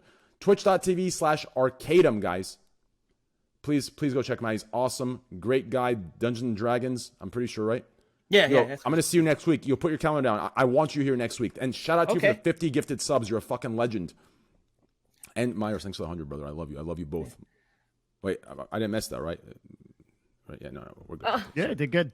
Okay, That was cool. good. Yeah, Arcade, next week. Seriously, I want you there. Okay. Twitch.tv/JCG, guys. Follow her. She does great streams, and she's a woman, so you should follow her. It's 2020. It's the cool thing to do. Just do it. I'm just kidding. Guys, please follow JCG. She actually has very unique content, and she's actually really cool. She's always talking to chat. She's one of the boys. You know what I'm saying? Like, she's always fucking around. She's one of the girls, too. She shouldn't be one of the boys that makes her want to watch her. You should watch her because she's... Oh, shit. Okay. Twitch.tv/Fandy. Also one of the... Twitch.tv/Fandy, guys. Just go fucking follow her. One of the boys. Yeah, Twitch.tv/Amouranth. Please go follow her and subscribe to her. Subscribe to her streams because she does good stuff. I love you, Amouranth. I fucking love you. I actually love you. You and I mean, I feel like you and I. You know what the crazy shit about you and I is?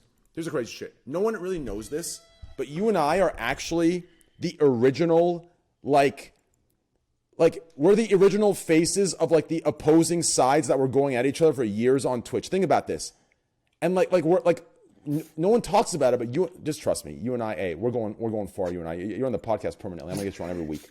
Anyways, it's funny because I think you're right, but we never go at it. Yeah, we never go at it. Yeah, the communities do. The communities do. Yes. That's exactly right. I don't know. I'm pointing my finger at you. You know. Oh shit. Okay. Fuck. Twitch.tv/Amouranth, guys. Follow her. She'll be here next week with us again. Thank you, Amouranth, for coming here. Twitch.tv/Abdu. Hey, no problem. Twitch.tv/Abdu2Beastie, guys. Follow him. Motherfucker's gonna be here next week too. You better be here now, Abdu. I need my hype man, bro. Trang, you funny as shit. Abdul. Train, you funny as shit. Tragic. Train? Yeah, I'm gonna be here, bro.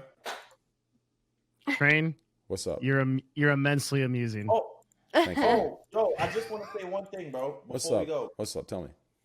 have some humanity and suck my dick. Hey, my man. Bro, I'm about to make that a shirt, chat. Have some humanity and suck my cock.